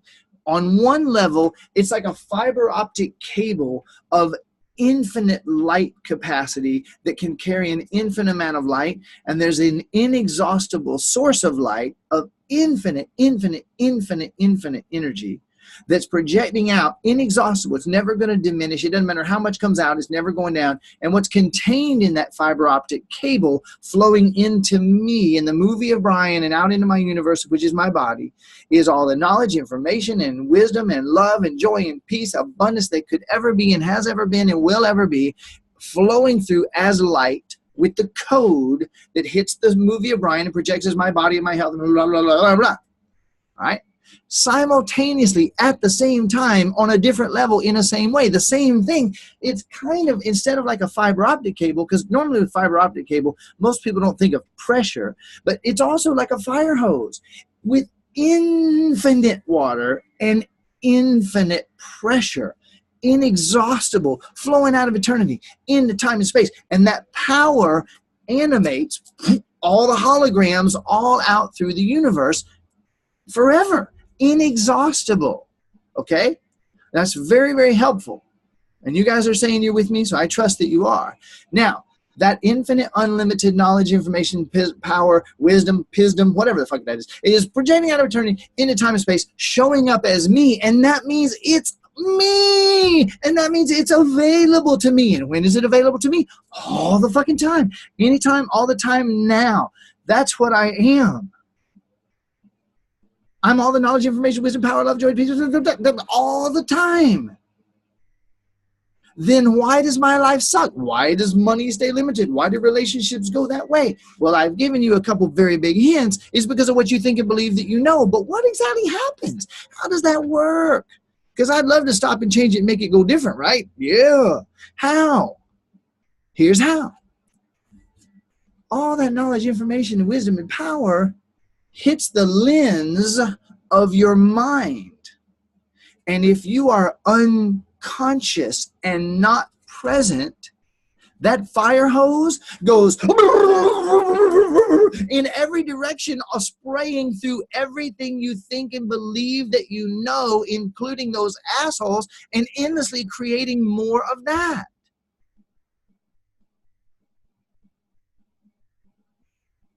Quick check-in before I go further. How y'all doing? Oh, that's what I was looking for. Oh, that's what I was looking for. There it is. How y'all doing? Type in some words. Type in some words. Let me know how you're doing. How you feeling? You guys get that? Did you get it on a whole new level? Because we've been talking about this for a while. Who just got it on a whole new level?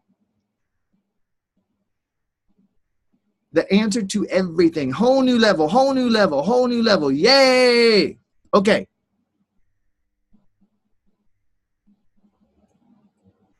Told you it'd be next level shit. High five, Jayashree. Okay. All right. Thank you. Now we'll stop the chat. And see, I got people that have been with me now for a couple years. Rosemary, who's been through 2 or 3, I think she was in all 3 Freedom 7s and just told me she's in the next one. This is people that have been sticking close to me. Just got it on a whole new level. That's what I'm talking about. Okay. So, all the knowledge, information, and wisdom that's ever been, and all the power that creates infinite, unlimited universes projecting out of eternity into time and space.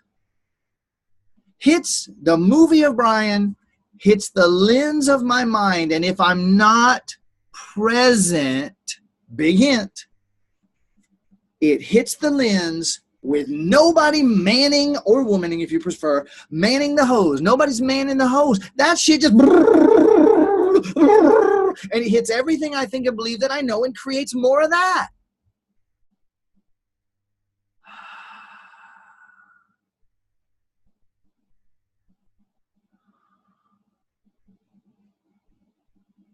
But what would happen? I know some of you guys are going to get a little turned on when I say this, but what would happen if I grabbed the hose with both hands? Put up. Some of you are not going to be able to resist commenting. I know it. You have your fun from it. So if I grab the hose with both hands and I aim it where I want it to go by being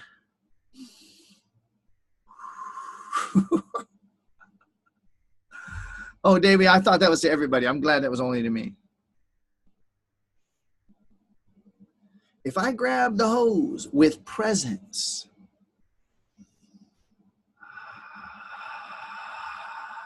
And I breathe big enough to be fully present. Oh, what's going on? Adrian's yelling on the floor. People are asleep.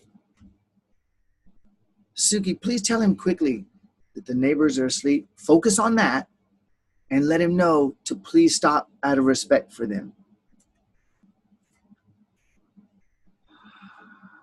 What happens if Suki was present, not knowing, oh, Adrian's yelling and the neighbors are asleep. Adrian, shh. Bill and the neighbors. Shh. Oh, of course. I'll yell tomorrow.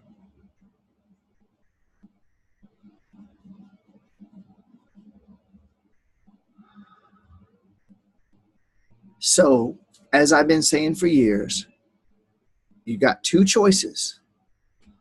All the knowledge, information, it's coming. It's already yours.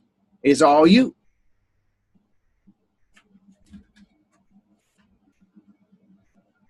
It's yours and it's you. And if you will aim your lens with presence consciously into more of what you prefer to experience, guess what you're aiming? All of the knowledge, information, and wisdom, and power, and infinite creative magic into what you want.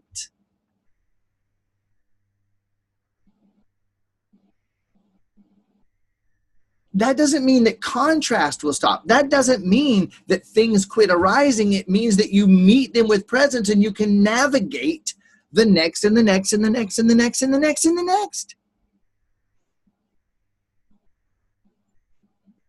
So what this is really about is whether you're falling into thought, unpresence, and letting all the infinite, unlimited knowledge, information, wisdom, and power, and love, and joy, peace blast through with nobody home, creating more of what you already know, or you're present so that you can aim it into what you prefer. Mindfulness it's an okay word for people. I got no issues with the word mindfulness. I know that the huge majority of people who use the word mindfulness, this ain't exactly what they're talking about, and that's fine. Call it. We're making up all the words anyway, Suzanne. So if you want to call this mindfulness, namaste. Perfect. Use that word. That's your label now for this idea.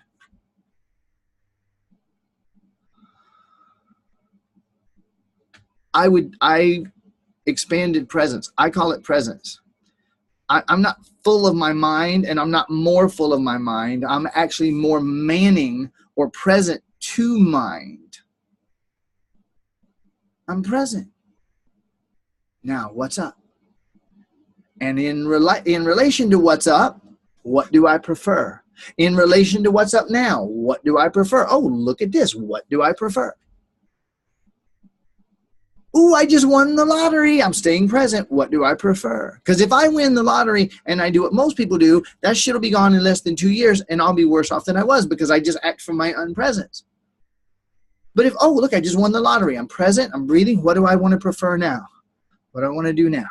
What do I want to move now? Oh, look, the roof just fell in. What do I prefer now? Presence.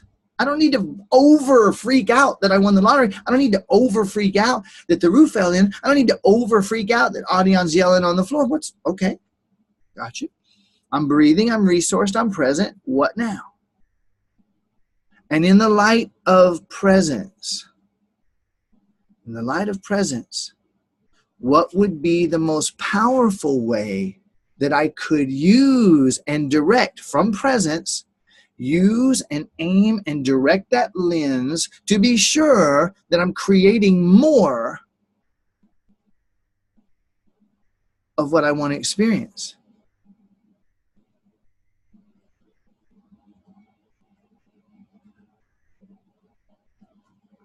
That answer is coming, Suzanne. All right. One last thing before I give you the actual thingamajig. You have heard that the brain doesn't know the difference between that which is real. You're not disturbing me at all, Suzanne. It's all wonderful. I look away from the chat. If any of you, if I don't ever respond to your chat, it's because there was a while that I was choosing not to be present to that because I'm present to this, and I go back and forth. All right? So listen, you've heard that the brain and the mind don't know the difference between that which is real and that which is imagined. You guys have all heard that, right? The brain doesn't know the difference between that which is real and that which is imagined. Okay. Now, that's funny, and it's true, and it's also kind of ridiculous. And I'm going to tell you why. Anybody want the biggest secret in the entire universe? Anybody want it? You guys want it? Biggest secret in the whole universe? Here it is. You ready? Don't tell anybody. It's all imaginary. You got that? Did you hear me? You hear me? Did that come through? It's all fucking imaginary. There's no universe here. It's light projecting out of eternity into time and space. All you see is what you fucking know. That's all you see is what you know. Of course the brain doesn't know the difference between real and imaginary because there ain't no fucking real. It's all imaginary. Let that in. Why did I finally decide to let in more than I ever did before that the universe is imaginary? And when I did, why did everything change? Why do I feel the peace and the magic? Oh my God, the endless miracle of the truth that there is no real. It is all imagined.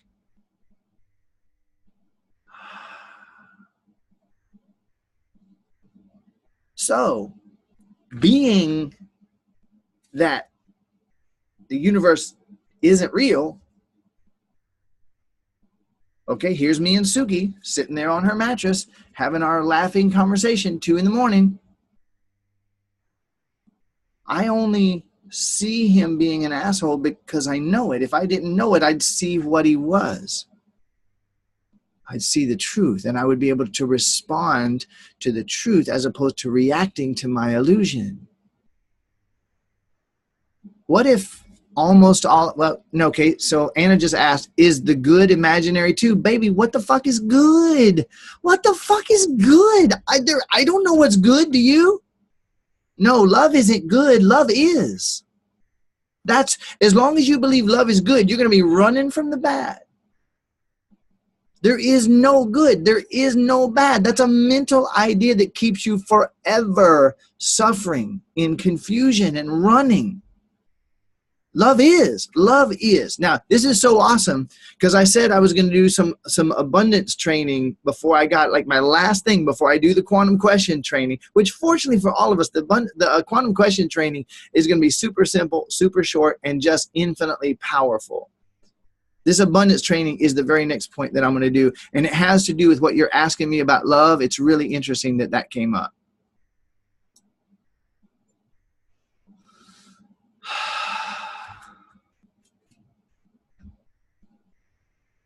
Okay. There is no good and there is no bad. That's a mental idea. And as long as we have good and bad, we're trying to go to the good and get from the bad, we're not in balance. We're reacting to what we perceive as bad. Because listen, by what you just said, Anna, that means that Adrian was being bad. Because he was being bad, because he was being an asshole, right? No, Suki just knew that he was. He actually wasn't. But that's all Suki could see was the bad, because that's what she knew. I don't know what's good. I don't know what's bad. I have no fucking idea what you're even talking about. I used to think I did.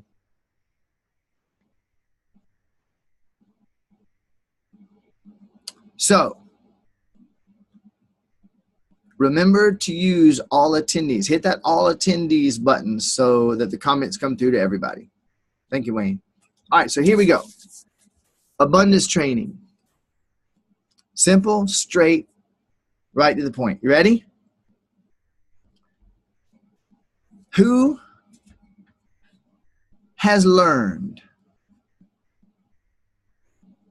a lot about, oh yeah, I asked that at the very beginning. I decided to move that question at the beginning. So let me just review what we said. Been through the abundance training, read the book, listened to the audio, did the fucking subliminal brainwave entrainment on abundance, and still bank account is fucked. That's almost everybody. Okay? Abundance ain't happening. Shit ain't happening. So I want to do this moment of super condensed, highest, purest, possibly most amazing abundance training ever. And I'll tell you what, listen to me. You ain't hearing this. You ain't hearing this out there. I've been looking, I've been listening. I've been looking at what everybody else is calling abundance training, and it ain't. So listen up. Everybody become totally present. Breathe, tune in, and I'm going to go straight to the camera as if. So now you're sitting in my living room with me. Actually, I'm in my office. That would be weird if you're in my. I'm thinking about where I work with people. We're just eye to eye. You're looking straight in my eyes. You're in the room with me, and you're breathing deeply so that you can receive this as deeply as you will. And fortunately, this is on video for you to replay as many times as you want. The universe is imagined. And what you're seeing and experiencing is what you think and believe that you know, and nothing else. Nothing else. When you stop that, you get to see what is. Good. I'm glad somebody has tears coming out. Keep that going. Keep breathing. That's because when you look at me, you know you're seeing unconditional love, and that's been, up until now, very rare in the world. It doesn't have to stay rare. So breathe. The universe is imaginary. It's basically a dream. And what you're seeing is everything you think and believe that you know. When in fact, you're God, goddess, beyond those words, in heaven, beyond that word, infinite, unlimited being in a state of infinite possibilities, in a state of perpetual grace, where there's no wrong, no bad, no water under the bridge, no blame, no fault, other than that which you create based on what you think and believe you know. And you can wake up from it now. And all of the abundance training that you've seen and heard, all of it, abundance is a level 5 truth. And all the trainings that you've seen and heard and read about abundance came from level 3 and level 4 paradigm teachers.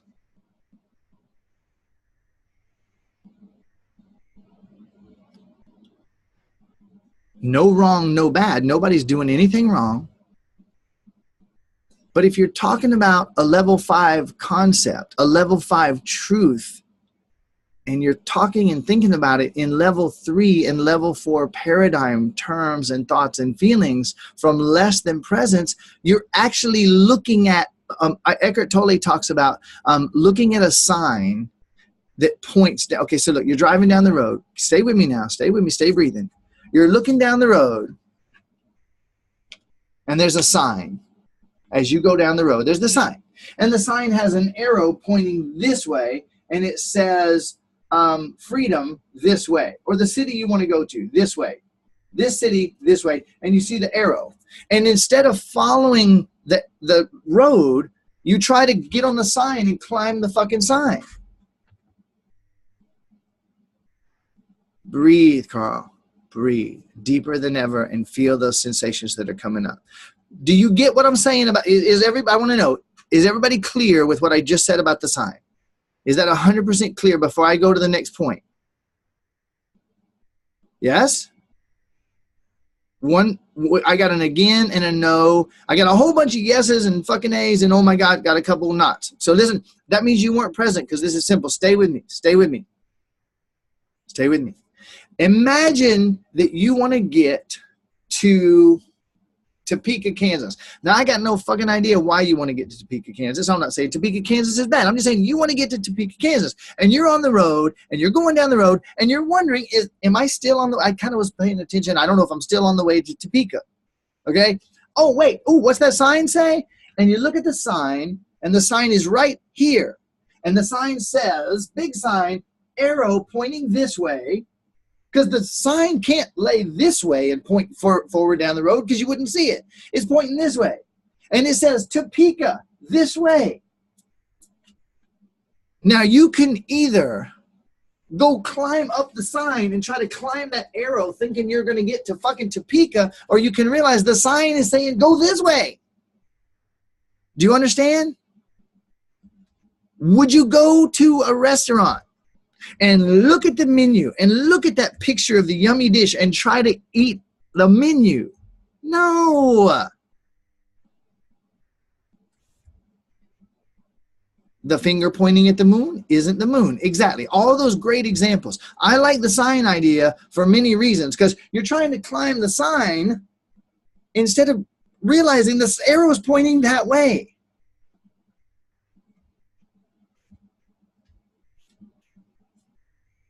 Well, the teachings that are widespread about abundance is not a level 3 concept. It's not a level 4 concept. It is a level 5 concept. So when a level 3 teacher is talking about abundance, they're talking about an idea that actually doesn't work. It has no reality. When you look at it, even from level 4, which is spirituality, it's an empty concept. So listen to me. Everybody breathe. Starting to get a little confused. Just breathe and become more present. Love is. Anna brought this up at the perfect time. Love is. If you have to do anything to get it, then it isn't love that you're getting. Because love already is. Love is a done deal. Infinite, unlimited love is. If you have to do something to get it, then it's approval you're getting, or praise you're getting, or appreciation you're getting, or some kind of reward for doing that you're getting. It ain't love. Love already is a done deal. Hi, Liam. Love you too. Now, some of you are getting this. Okay, somebody said, I just got it. Let it in. If you have to do something to get it, it ain't love when you get it.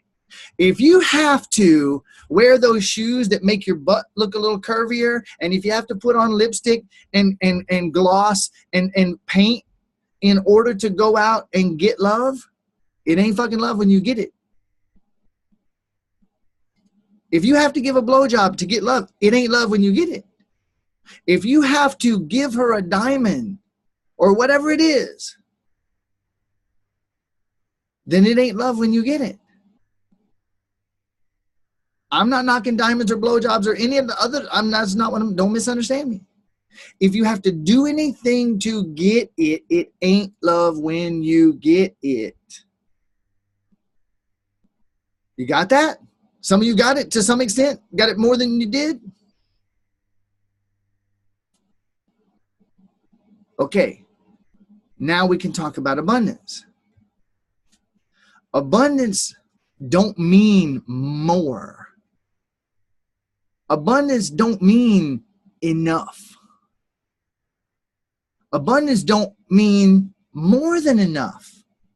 Abundance don't mean all there is.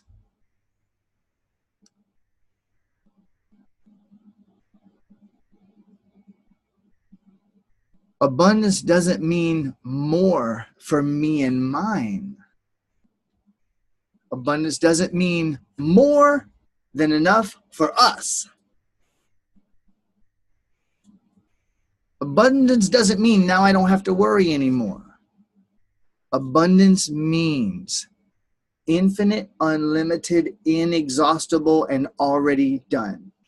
It's already here. Abundance is. Love is. Abundance is. Infinite, unlimited, eternal being. All the love, joy, peace, bliss, money, all of everything that could ever exist already fucking is.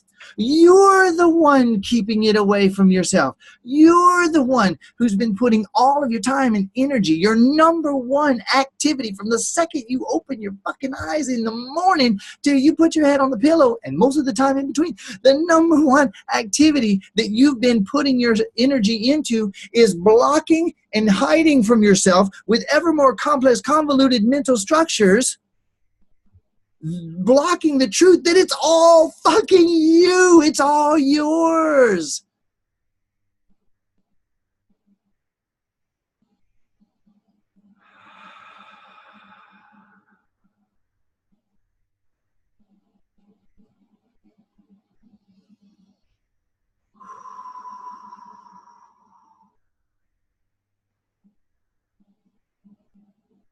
all the money that has ever been and ever will be projects out of eternity into time and space through me into the universe, which is my body. It's all mine. It's all me.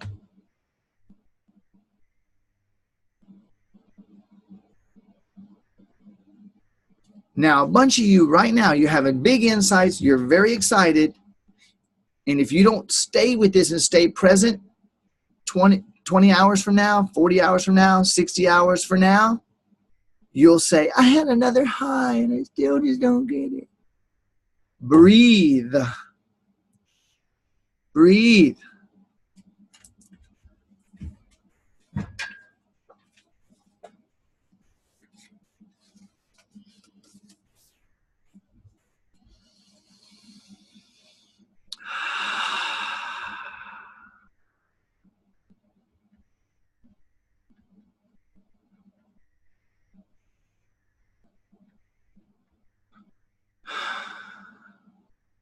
Is my horn showing?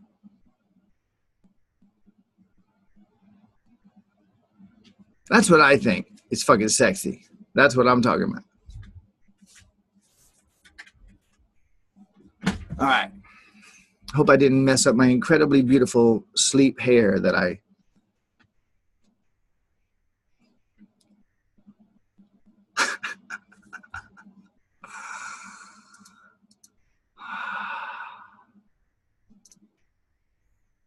Okay.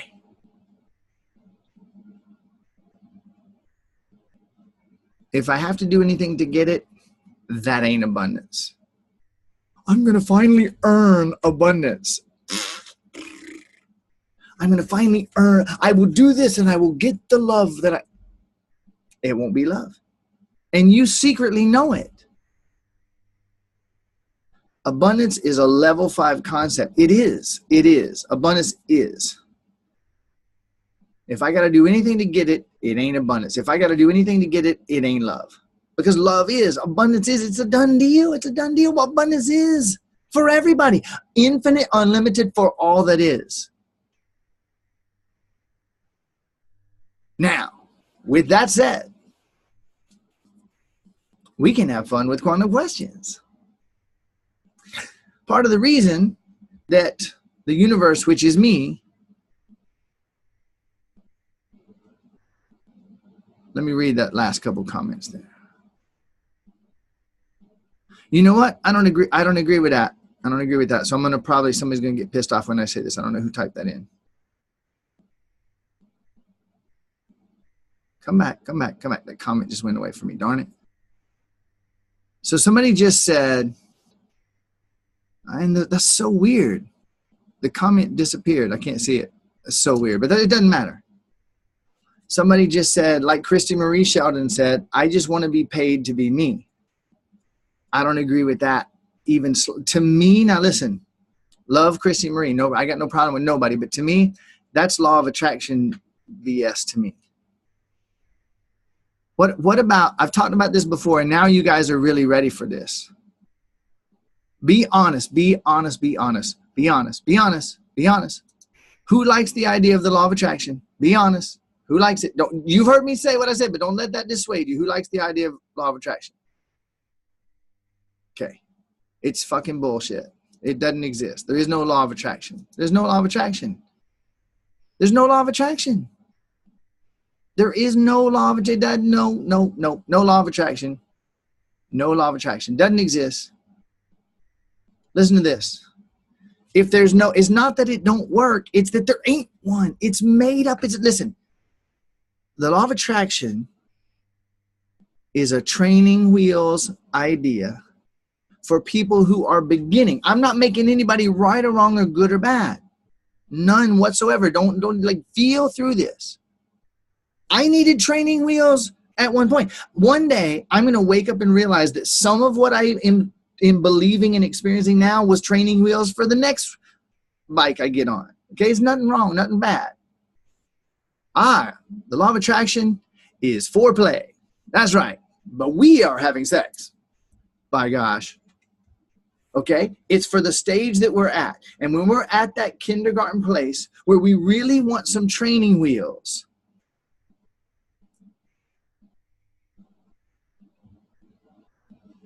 that whole frequency thing, I'm not even remotely concerned with, Michelle. I'm just not. I don't think about it. I don't care about it. Now I got to make sure I got the right frequency. How do I raise my frequency? Blah, blah, blah. That's one of the things I've listened to. Like somebody talked about Christy a moment ago, and I saw one of her videos on YouTube, how to raise your frequency. Do you really want 42 steps to frequency raising expertise? No, you want to experience what you want to fucking experience. I didn't say I don't believe in vibration. The entire universe is vibration, but I don't think it's relevant whatsoever. If you're focusing the way that you want to focus, I'm sorry. I'm not going to allow in that which I really want, because I'm going to make sure I've got my vibration correct first. The fuck is that? Of course, everything is vibrating. The universe is vibrating. I just don't distract myself with it. It's not necessary. It's a sideshow. It's a distraction. It's one of those incredibly complex mental convolutions that we've created to prevent ourselves from experiencing that we already fucking have it.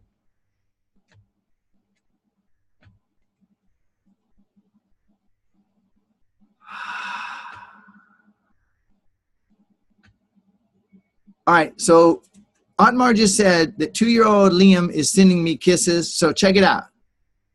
You ready? You ready, Liam? Liam, this is for you.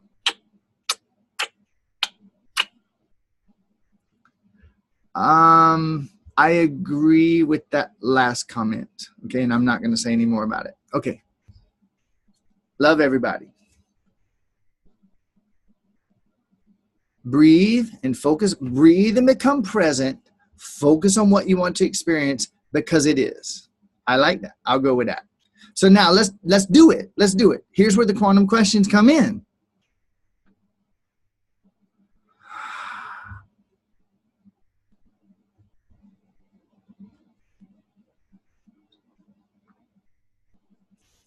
All right. You know what? I'm going to get to it, but I'm going to give my ego a big hug here. Who agrees with me that this one webinar is worth more than I paid for this program? Hands or yes? Type it in. Just come on, make me feel good. Make Brian feel good. This one module. This will also make Wayne feel good, because Wayne has been on my back. He loves me. And Wayne's like, dude, you got to do, you promised these people 7 modules. You got to do the 4. Come on, man. This one module is worth more than anybody paid for the program. Ain't no doubt about it. Oh, see, now everybody's patting you on the back, Wayne. You guys missed my point. You're supposed to be, this is for me, not Wayne. Darn it. Good thing Wayne's me. All right, keep breathing. Everybody's thinking Wayne, darn it. Okay, that one backfired on me. So, quantum questions. Here we go. The principles. Love you, Wayne. The principles of quantum questions. Here we go. Number 1, focusing on what you want to experience. Period. Focusing on what you want to experience.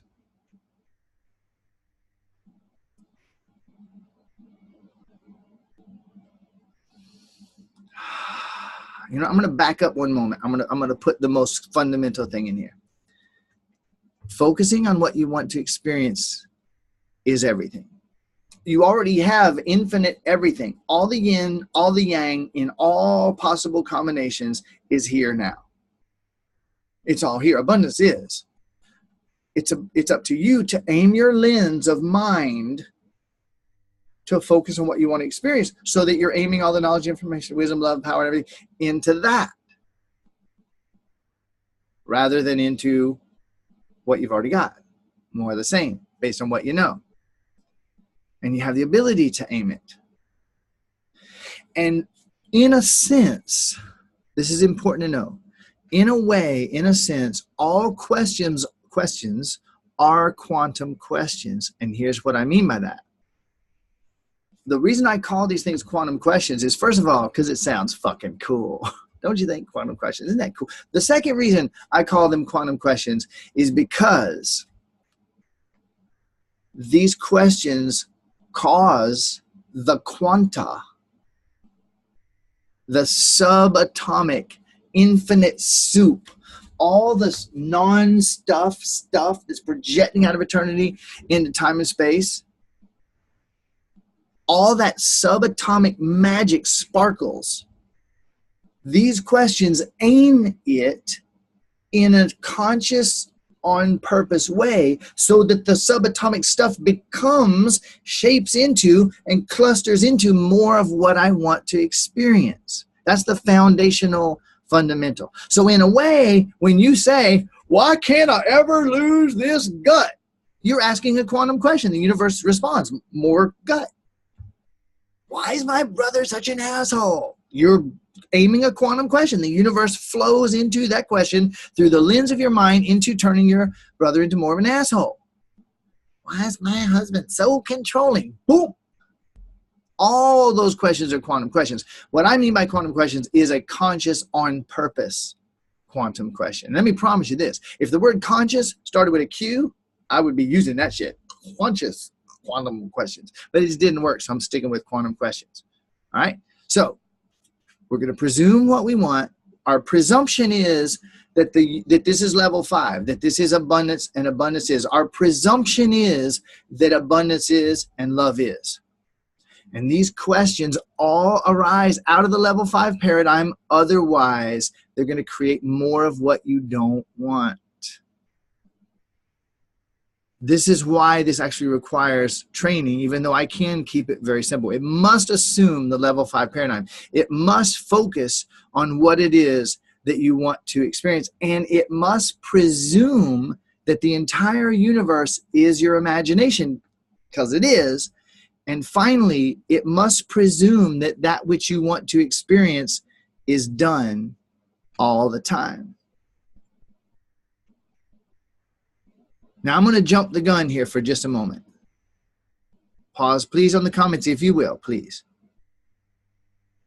The first 2 questions that I just got don't work very well. 2 people just typed in 2 quantum questions, and they don't perfectly fit the bill. And I'm going to show you how they can backfire. And I don't know if anything could have been more awesome. So if you guys will please stop commenting. I want to be able to address these 2 comments in just a moment. All right? Quantum questions must presume that it's already done. Why? Because the mind doesn't know the difference between the illusion and the real, because it's all imaginary. So you might as well imagine that it is the way you want it. Done deal. Now, next thing is, there's no hows in quantum questions except, and I want to model this for you. And this is the one that you might want a little bit of practice as you do this. You can sit down and write quantum questions. You can speak them and then look back at them and make sure, because these are simple principles. It's only a few principles, and they're essential. Okay? Fortunately, there's nothing confusing about it. No hows except for, so watch this. Here's a how that's going to backfire on you. How can I have the $1 million show up for me? You just put yourself in total opposition because you don't believe the $1 million is going to show up. By saying, how can I? You just put yourself, now you have to figure it out. And I have to have the, if I don't have the hows, you see how that doesn't work. But here's a how that does work. This how assumes that it's true. Not how can I, not how can it, but watch this. How is it already true that I am infinitely abundant? How is it true? That brings in the hows. An even more powerful way would be, why is it already true that I'm already infinitely abundant? No hows that require for you to know anything or learn anything. Nothing like that. So eliminate the hows. Focus on what you want to experience. Presume the level 5 paradigm and presume that it is already done. Now, here's an example. Here's an example. Somebody typed in, why do miracles happen in all of our lives? Now I'm not calling that bad. I'm not saying that it won't work. I'm saying that it's not exactly a level 5 paradigm question, and here's why. Because in the level 4 paradigm and in the level 3 paradigm, there are miracles. In other words, there's normal everyday reality. And then, oh, look, a miracle. Oh, look, that's a miracle. Oh, that's a miracle. That's actually a misperception.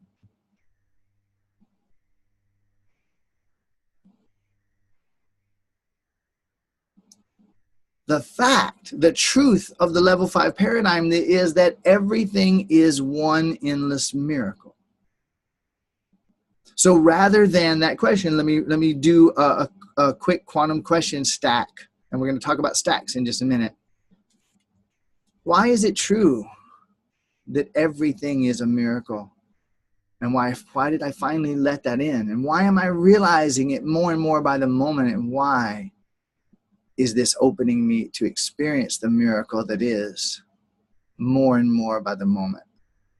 And when I let that in, why did everything change?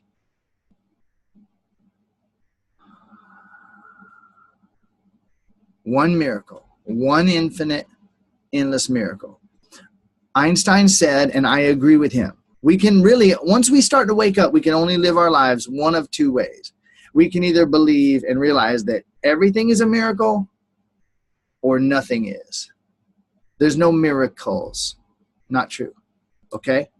Now the second question, and this is kind of freaky, man. Once I guess because the chat thread is so long, I am not able to actually move it in small enough movement. So there was another one, there was another quantum question a moment ago that I saw that wouldn't quite work. And I apologize, I'm not able to get to it. No, doesn't look like I can. Oh, there it is, it came back. Okay, why is it that I always get what I want? That one will fuck you up big time. And I'm gonna tell you why.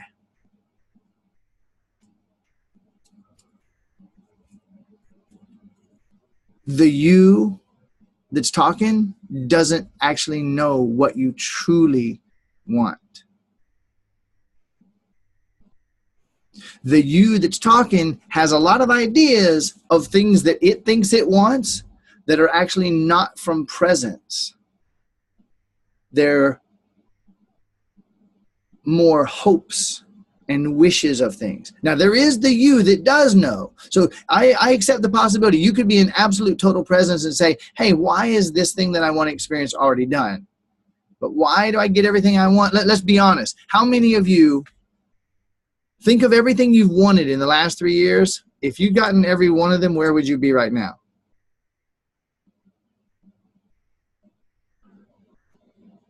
Not a mess. Okay, so now we got the basics. Here's the next piece of this. Everybody 100% presence. I'm going to be wrapping this up pretty quickly now. We'll have a little bit of Q&A when I'm done. We're like 2.5 hours in here. The basic elements of a quantum question. Basic elements of a quantum question. It presumes the level 5 paradigm entirely. Number 2, it presumes that what you want has already happened. What you're desiring to experience has already happened. 3, it is totally focused on what you want to experience, and you're leaving the fucking hows out. Okay? So, the concept that I find, this idea that the brain and the mind, neither one of them has any idea what's real or imagined, and the eclipsing truth of level 5, I would say that that statement that all the quantum physicists are using and all the law of attraction teachers, everybody who says the brain doesn't know the difference between the real and the imagined, that's a level 4 paradigm spiritual idea. The level 5 truth is, abundance is, it's all done, infinite unlimitedness is, it's all a fucking imagination. So there is no real in imagination. And when we realize that it's all imagination, then the only thing that makes sense is I'm going to imagine it the way I want it. Nope, I'm going to sit and focus on what I thought I knew that I now know isn't, so that I can have more of that. Do you realize how much you've been doing that? Game-changing shit right there. Man, back up that last minute and watch it 42 times and really breathe deep and let it in, okay? Exactly. Thank you. I got one wow out of it. I know there was more felt than that one. Nope, not going to say it again. Because I have no idea what I just fucking said.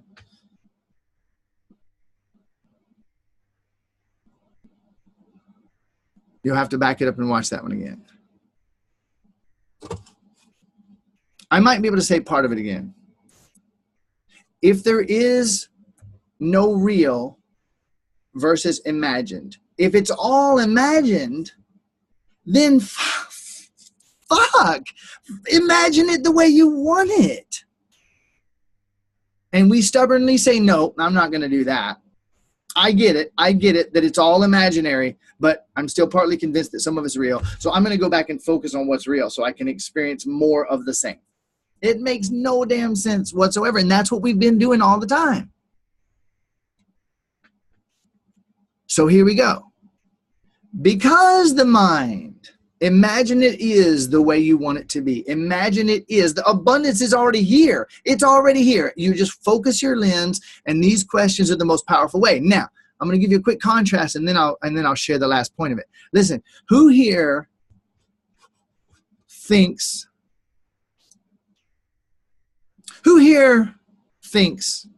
that used to think that affirmations were awesome and now no longer believes that affirmations are helpful? I want to see. Be honest. Come on, let's see it. And while we're answering, do you know how many people are still teaching fucking affirmations? Oh my God. Okay, thank you. Well over half. So listen to this. An affirmation, here's the difference between an affirmation and a quantum question. Affirmations lie. Part of you fucking believes that shit's real. You believe that your bank account is real. You believe that weight or that growth or that tumor in your body is real. You believe that partner of yours really is an asshole. You believe it. You believe it. You know it's real, right? And while you're deeply knowing that it's real, you try to say an affirmation that is in total opposition to what you believe is real. I am a millionaire. I am a millionaire. I am a millionaire. Gosh darn it. And people like me. I am a millionaire. And gosh darn it, people like me. I am a millionaire. Gosh darn it. And people like me. You've heard that said, right?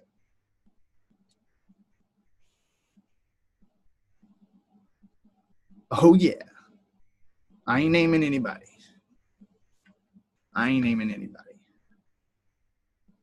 Affirmations don't work for most people. And the people that it seems to be working for, that's not actually what's working.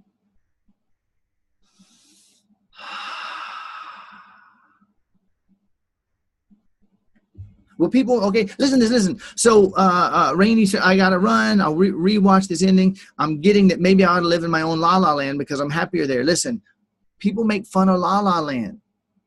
When you get that it's all imagination, baby, when you get that it's all imagination, the bets are off. Do it your fucking way. Take me to La La Land. Okay, so, because there ain't no real, you might as well. I'm going to do a bunch of questions as an example here. I've been doing it throughout the webinar. When you watch this replay, you're going to see it. I understand, Misha, but that does, just stay with it. Just keep breathing. I know what you mean. My daily life doesn't reflect an imaginary life. It totally does. If you would just ask yourself, how many times have I done exactly what Suki did? You'd realize. Suki was imagining that her brother is an asshole who's on a mission to make her life miserable. He's just trying to bother me. He's fucking screaming, having fun because he's 6 and he's totally just blah. Nope. She knows it. He is an asshole he's on a campaign. He studies when he's 6 years old. He's getting on the internet when no one sees him studying how to make your sister's life a living hell. I know that's what he's doing.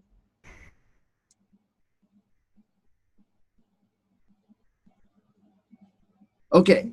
So affirmations are where you lie to yourself to try to change something, putting yourself in opposition to what you believe is. Quantum questions don't do that. Quantum questions trick your mind completely. And you get to grab the lens of your mind and aim it wherever the fuck you want and ask questions. Because when you ask, why am I fat? The universe gives you why you're fat. When you ask why you're broke, the universe gives you why you're broke, and it gives you more brokenness. When you ask why men can't be trusted, your mind makes men lie to you, or makes you think they're lying to you when you're telling the damn truth. But watch this. Watch with a quantum question. I'll do a comparison of affirmation and quantum question on the exact same topic. I have $1 million in the bank. I have $1 million in the bank. I am a millionaire. I am a millionaire. I am a millionaire. And all the time you're in total opposition to your whole self. Now watch this. Why is it true that I am infinitely abundant now?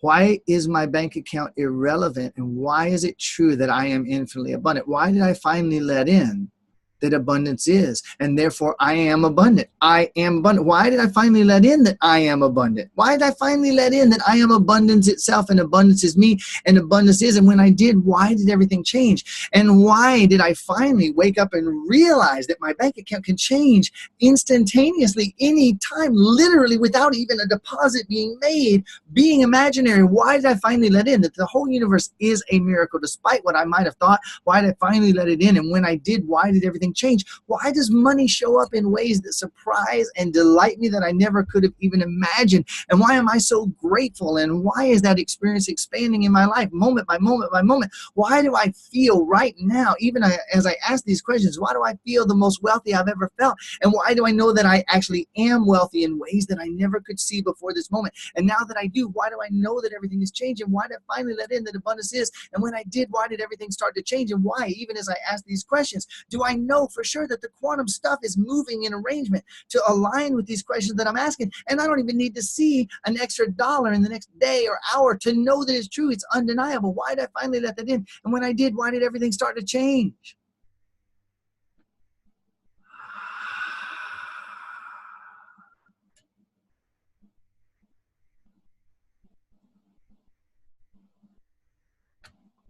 How do you feel after I just did that? How do you feel?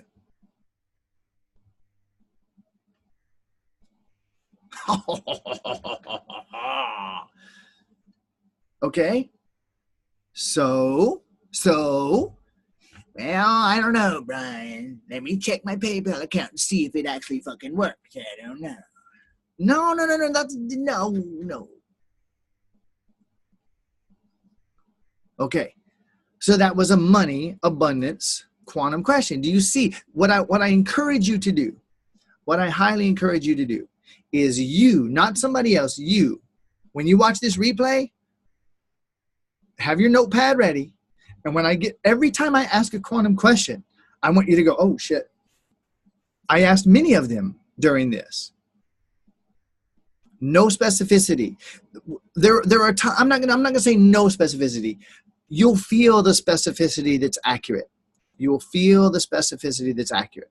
Okay, so check this out. Where the hell was I just going? Doesn't matter. Okay, so, oh yeah, writing them down. I recommend that you write them down. And when I do a rant, I'll do a couple more, like the one I just did about money. Go back and hit play, pause, and write every one of those questions down and analyze them. Wait, what is it about these? And the main thing I want you to notice is how you were feeling as I asked question after question. Because watch this. The mind don't know the difference between imagined and real. The mind don't know the difference between past and future.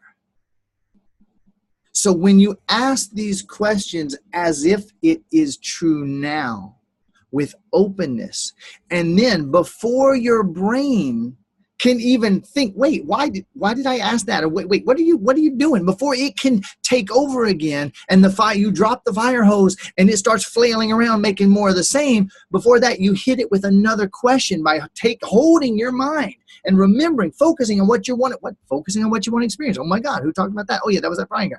Focusing on what you want to experience. So now you aim another question through it that stacks, and another question through it that stacks, and your brain doesn't even get to fucking go back to what it knows, because you're hitting it with another and another and another. And the whole time that you're doing that, you're creating exactly what you want to experience. You're building momentum. You're stacking these quantum questions and building momentum for yourself into what you want to experience. It completely overwhelms, completely overwhelms that which you know. And now you're aiming that lens the way you want to aim it. Finally. Okay, so let's do a body health momentum stack of quantum questions. You ready?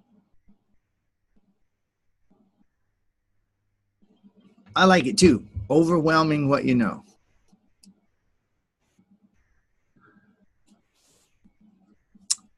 All right, I'm glad you guys are digging it. Okay, so why is it true that I am perfect health right now? I'm not just in perfect health, I am perfect health. Why is that true? Why did I finally let in that there is a pattern of perfection projecting out of eternity into time and space, all the knowledge, information, and wisdom, flawless perfection, and that it first shows up as the perfect pattern of my body first? Why did I finally let that in? And when I did, why did I realize that the same way that a little cut on my finger will just close and heal, so can a broken bone, so can a sick liver. Anything can completely release back to the pattern of perfection if I release. I was the one. Why did I finally realize that I was the one thinking and saying and doing and eating things that were actually causing those issues in the first place? What I was feeling about myself. Why did I finally let that in? And when I did, why did the resistance drop and my body begin to move back to health? Why, even as I'm asking these questions, is every atom in my body rearranging to the love that I'm speaking through these questions? Why in this moment is my body moving back to perfect, flawless health, perfect radiance? Why do I finally realize that it always was? I was the one hindering, and why did I finally stop? And when I released all that resistance, why did my body begin to explode into health, explode into vibrance? Why right now is my flexibility expanding and my strength and my endurance expanding right now? Why are my muscles growing and my fat is burning as I'm communicating these questions? Why is it happening? Why did I finally realize there's no real? It's all imaginary, and that I can imagine it the way I want. And I'm imagining my body in absolute fit, sexy, vibrant perfection. And why is it true? And why am I allowing myself to step into the most radical health, fitness, vibrancy, sexiness, stamina, endurance, fun? Why do I have more energy than ever before? And why do I finally realize that I am infinite, unlimited energy at all times now? Why did I finally let that in? And when I did, why did everything change? Why am I healthier and stronger and clearer? Why are my cells conducting electricity and transmitting, absorbing and releasing higher and purer than ever before? And why is every cell in my body dancing and singing and celebrating as I ask these questions? And why did I finally allow this truth in that I am infinite, unlimited health? And when I did, why did everything change?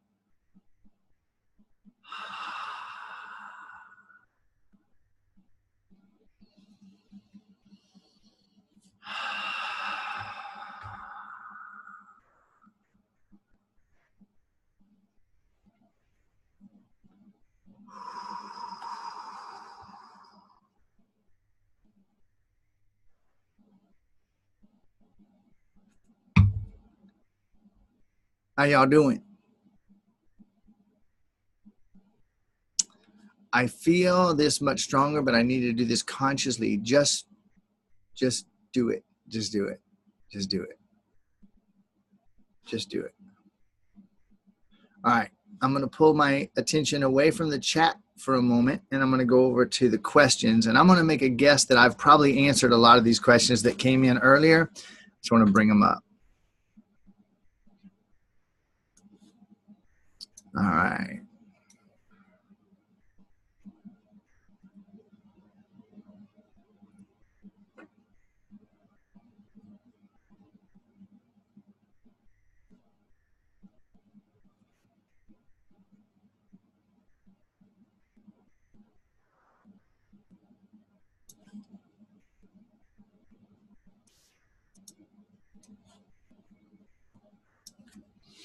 That is so awesome, Karen.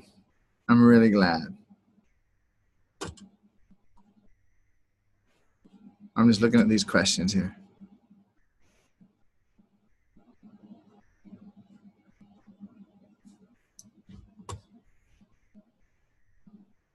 All right. So right now, there's only one question I believe that's still standing in the Q&A. So you know what we'll do? I'm gonna let's don't use the Q&A, you guys. Use the chat.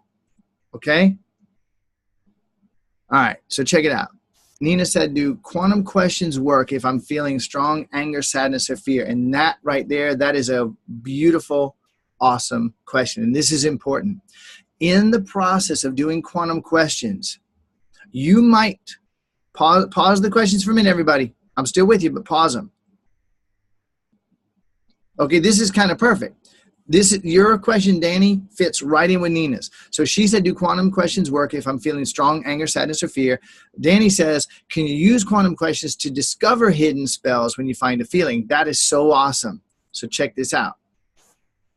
In the process of doing quantum questions, should you land on something that all of a sudden you start to feel anger or sadness or fear, you can stop right then and say, what am I really feeling? Wow, it's actually anger. Wow, and where am I feeling the strongest sensation? And it's an ultra powerful way to go straight into a personal spell break. And when it's done and that physical sensation is gone to zero, you launch right back into your quantum questions. Very, very awesome, very powerful. Okay, now, I don't want to say who said this because I'm going to poke somebody in the ribs a little tiny bit here. Somebody said, how often do I need to practice this and for how long at a time? That is how you have been fucking yourself up with questions like that. I'm not making fun of you. I'm not saying you're wrong or bad. I'm saying that question, how long do I need to do this? What's the right way to do it? That is one of the ways that you've been holding everything you want away from yourself. So I want you to feel the part of yourself that would ask that question. I'm going to get it wrong. I've got to get it right. I've got to do it every fucking time you want to. Do it anytime you can. Do it anytime that you would like to be experiencing more of what you want, period. Okay, so there it is again. During quantum questions, I'm still feeling in direct opposition with them. Then look at the format that I gave. Are you assuming the level 5 paradigm? Are you focused? Because if you're not, if you're saying, why do I have $1 million? You're going to feel direct opposition. If you say, why is the perfect man that I've always wanted knocking on the door? No one's knocking on the fucking door. You put yourself in opposition. I can do that, Nina.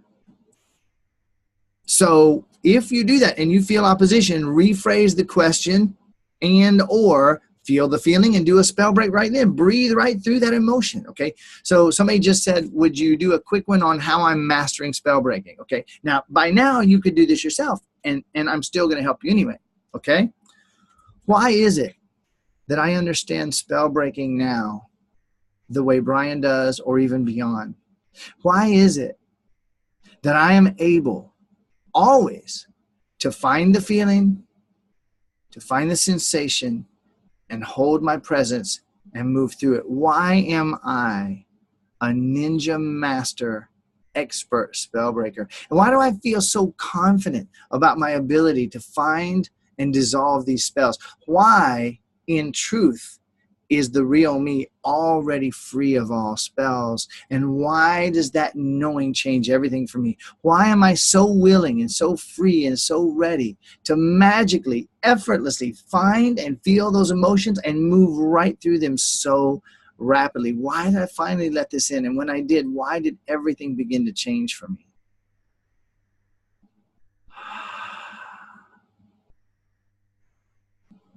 All right. And now here's another question that's basically exactly, this is one of those questions that just reveals how you've been thinking in a way that's hindering you. How many days do I use quantum questions before it starts having an effect? I will not give any attempt to answer that question. How focused will you be on the quantum questions? How much will you make sure that you do them exactly the way that I've shown you? Louis, brother, you disappeared on me, man. I'm so glad to see you on the webinar, buddy. I never scrolled through the attendees, so it's awesome to see you on. New relationship. I'm going to make a guesstimation here. This is going to be my last one. I'm going to make a guess that we're talking about an intimate relationship, having that person, perfect person, show up. Okay? Who here would like to have the ultimate relationship? Who here would like to just have the ultimate intimate relationship with the most flawless, perfect partner for yourself? Okay. The way it's not a silly question. It's just, I understand where you're coming from, and I'm letting you know that that is how you've been hindering yourself so you can recognize it. Okay, we got several people very interested in like the ultimate intimate relationship. The way that I'm going to do this is probably going to surprise you. Okay? So everybody, this is the last one. This is the last one. I might answer another couple questions. This is the last quantum question rant for today. Had I not covered so much information, I would do more. All right, so everybody close your eyes. Why did I finally let in the truth that the universe is me and the universe is mine and that it's all me? And why did I finally let in the truth that self-love is everything and that I am the self and the self is everything? Why did I finally let in the level 5 reality that self-love is everything, love is, and I am the self, and the self is everything. Therefore, self-love is everything, and the self is everything. Why did I finally let that in? And when I did, why did things inside of me change that enable me to be the perfect partner? Why did I finally stop wishing for the perfect partner? Why did I finally stop hoping for the perfect partner? Why did I finally stop looking for the perfect partner and realize that I must be the perfect partner to have the relationship that I want? Why was I finally conscious enough? Why was I finally present enough? Why was I finally awake and aware enough and present enough to wake up and realize that I will never have any relationship better than the one that I have with myself? Why did I finally let that in? And when I did, why did everything change? Why do I feel the peace on this topic that was always there? Why do I finally feel it? Why am I finally realizing in this very moment that I have begun to lay down and am laying down, and in the truth I have laid down every hindrance, every resistance, everything that I was doing to continue getting more of what I know? Why did I finally realize that what I was seeing in those possible partners was only everything that I think and believe that I know? And why did I finally realize that if I go into the relationship with what I think and believe that I know, it's just a matter of time before he or she begins to show me what I believe that I know? Why did I finally lay that down and realize that the key to the ultimate relationship isn't finding that person, it's being that person? Why did I finally let in that if I'm present to what is, I can't miss it when it shows up? And why did I finally realize that the secret to the ultimate relationship is to be the ultimate relationship? Why did I finally let in the radical truth that I must be the partner that I wanted? Why did I finally let in that being present is the only way that I can see her or see him and see them as they are, without hoping and blinding myself, without wishing and blinding myself, without assuming that I know and blinding myself? Why am I willing to be surprised by what shows up? Why am I willing to allow the universe to surprise and delight me, knowing that the universe is my body? Why am I willing to allow the universe to surprise and delight me by bringing something into my life that's beyond what I ever would have dreamed or imagined? And why am I willing to have it look very differently than what I thought, knowing that what I thought was based on what I believe that I know? Why did I finally let all that go? And when I did, why did everything change? And why can I feel in every cell of my body right now that he or she is actually near me? And it's actually a matter of me, not them. It's not a matter of the universe taking time. It's not a matter of them taking time. This is a matter of me. Because if the perfect person showed up with me the way I've been, it wouldn't have worked in the first place. Why did I finally let that in? And why am I able to let that in without self-blame? Why am I able to let that in with peace and acceptance? Why do I feel so amazing? And why do I feel this deep awareness and this deep presence that in order to have the ultimate relationship, I must first be absolutely joyfully alone. Why'd I finally let in? That as long as I'm hoping that that person comes into my life, I'm acting from hope, which is going to guarantee illusion and disaster.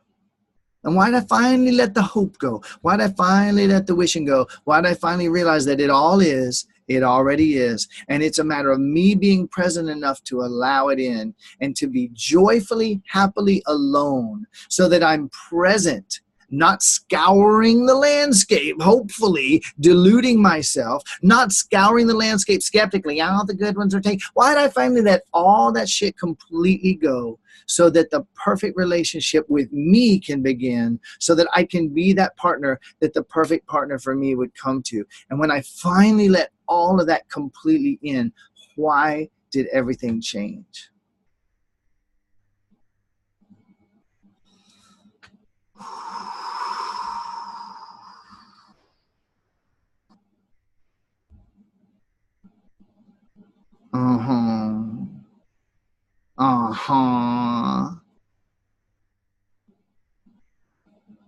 Oh yeah.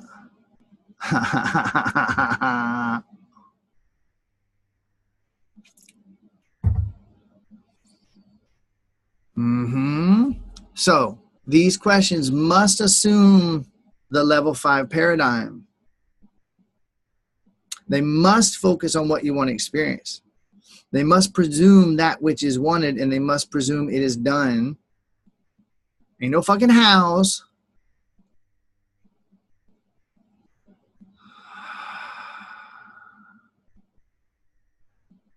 You got it, Lewis. And I want to hear about that relationship. All right, check it out. Ryan just said, be your best to get the best. Now, I know what you mean, but I got to poke you in the ribs on that one. If you try to be your best to get the best, you'll be racing against the worst. Allow your perfection in order to accept her perfection. Allow your perfection in order to accept his perfection into your life. Oh, yeah. Breathe.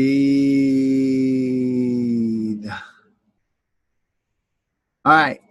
We're wrapping it up. Coming up on 3 hours. Just call me Mr. Over-Deliver. That's what I'm going for here. And only because I like to and want to.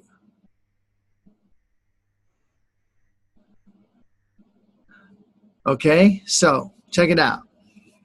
You are an infinite, unlimited being. There's nothing wrong with you. There never was. You're infinite, unlimited being projecting out of eternity into time and space. All the knowledge, information, wisdom that's ever been and will ever be. All the power that creates unlimited universes. Just so you know, I'm looking at the camera. I'm not looking at the chat. You are all the love that has ever been and will ever be and could ever be. And it is. And you are. And I am. You're infinite and flawless and perfect. You have no faults and no blame other than that which you're carrying from yesterday. And you can lay it down whenever you want. The perfect partner is inside of you waiting for you because it's all inside of you. It's all you. Everything you see is everything you think and believe that you know. Never could be anything else. Let it in. Breathe deep enough and be present enough that it's not a high concept that you have when you're hanging out with me on a webinar. You have no mistakes to pay for. You have no sins to be punished for. You have no wrongs to right, no brokenness to fix, no sickness to heal. You are flawless as you always have been. You were just deluded and confused. And now you're waking up and you're ready. And it is my honor, my gift, my privilege, my miracle, endless miracle, to get to dance with you like this.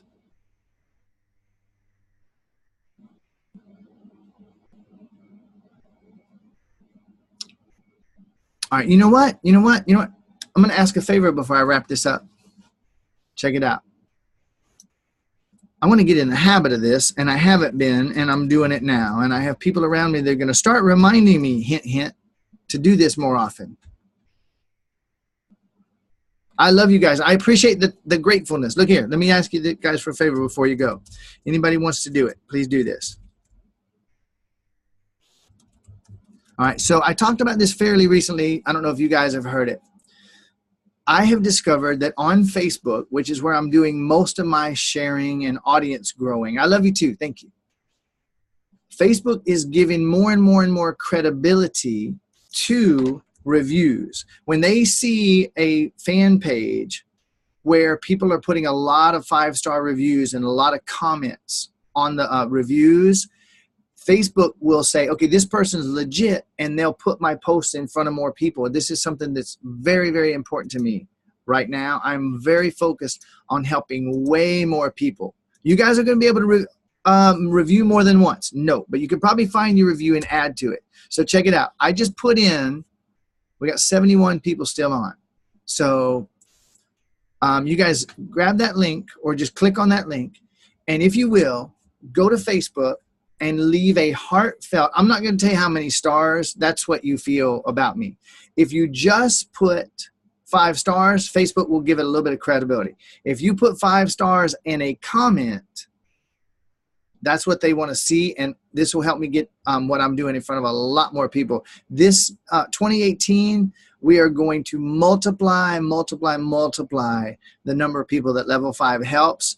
Conscious Creation, the membership is going to freaking explode, and we're going to have more energy, more awesomeness flowing through here. So those of you who will, click that link, go leave a review, take a minute, express your appreciation, your love, and I really appreciate it. I can say namaste because I know you're me and I'm you. We're cells in the same body, and it's mine and it's yours and I am. Okay, if you go to that page, click on reviews, and then you'll get to where you can add one. So thank you for letting me know that, Michelle. Click that link. It's going to take you to my fan page. Click on reviews and leave a heartfelt, tell your tale kind of review. This video will be chopped into pieces over the course of the next day or so and added. So somebody's telling me that link didn't work, and somebody else is telling me done. So I guess it might depend on what device you're on. It's working for some. You know, otherwise you can go to Facebook. If you go to my personal profile, it'll say works at Brian D. Ridgway. Click on that and it'll work. Yeah, it just depends on what device you're on. All right. I love you guys. My namaste comes from the fact that we are one. I will have this in the Conscious Creation membership as soon as I can, probably in pieces over the next 48 hours. Yeehaw! See you soon. Thank you. Love you.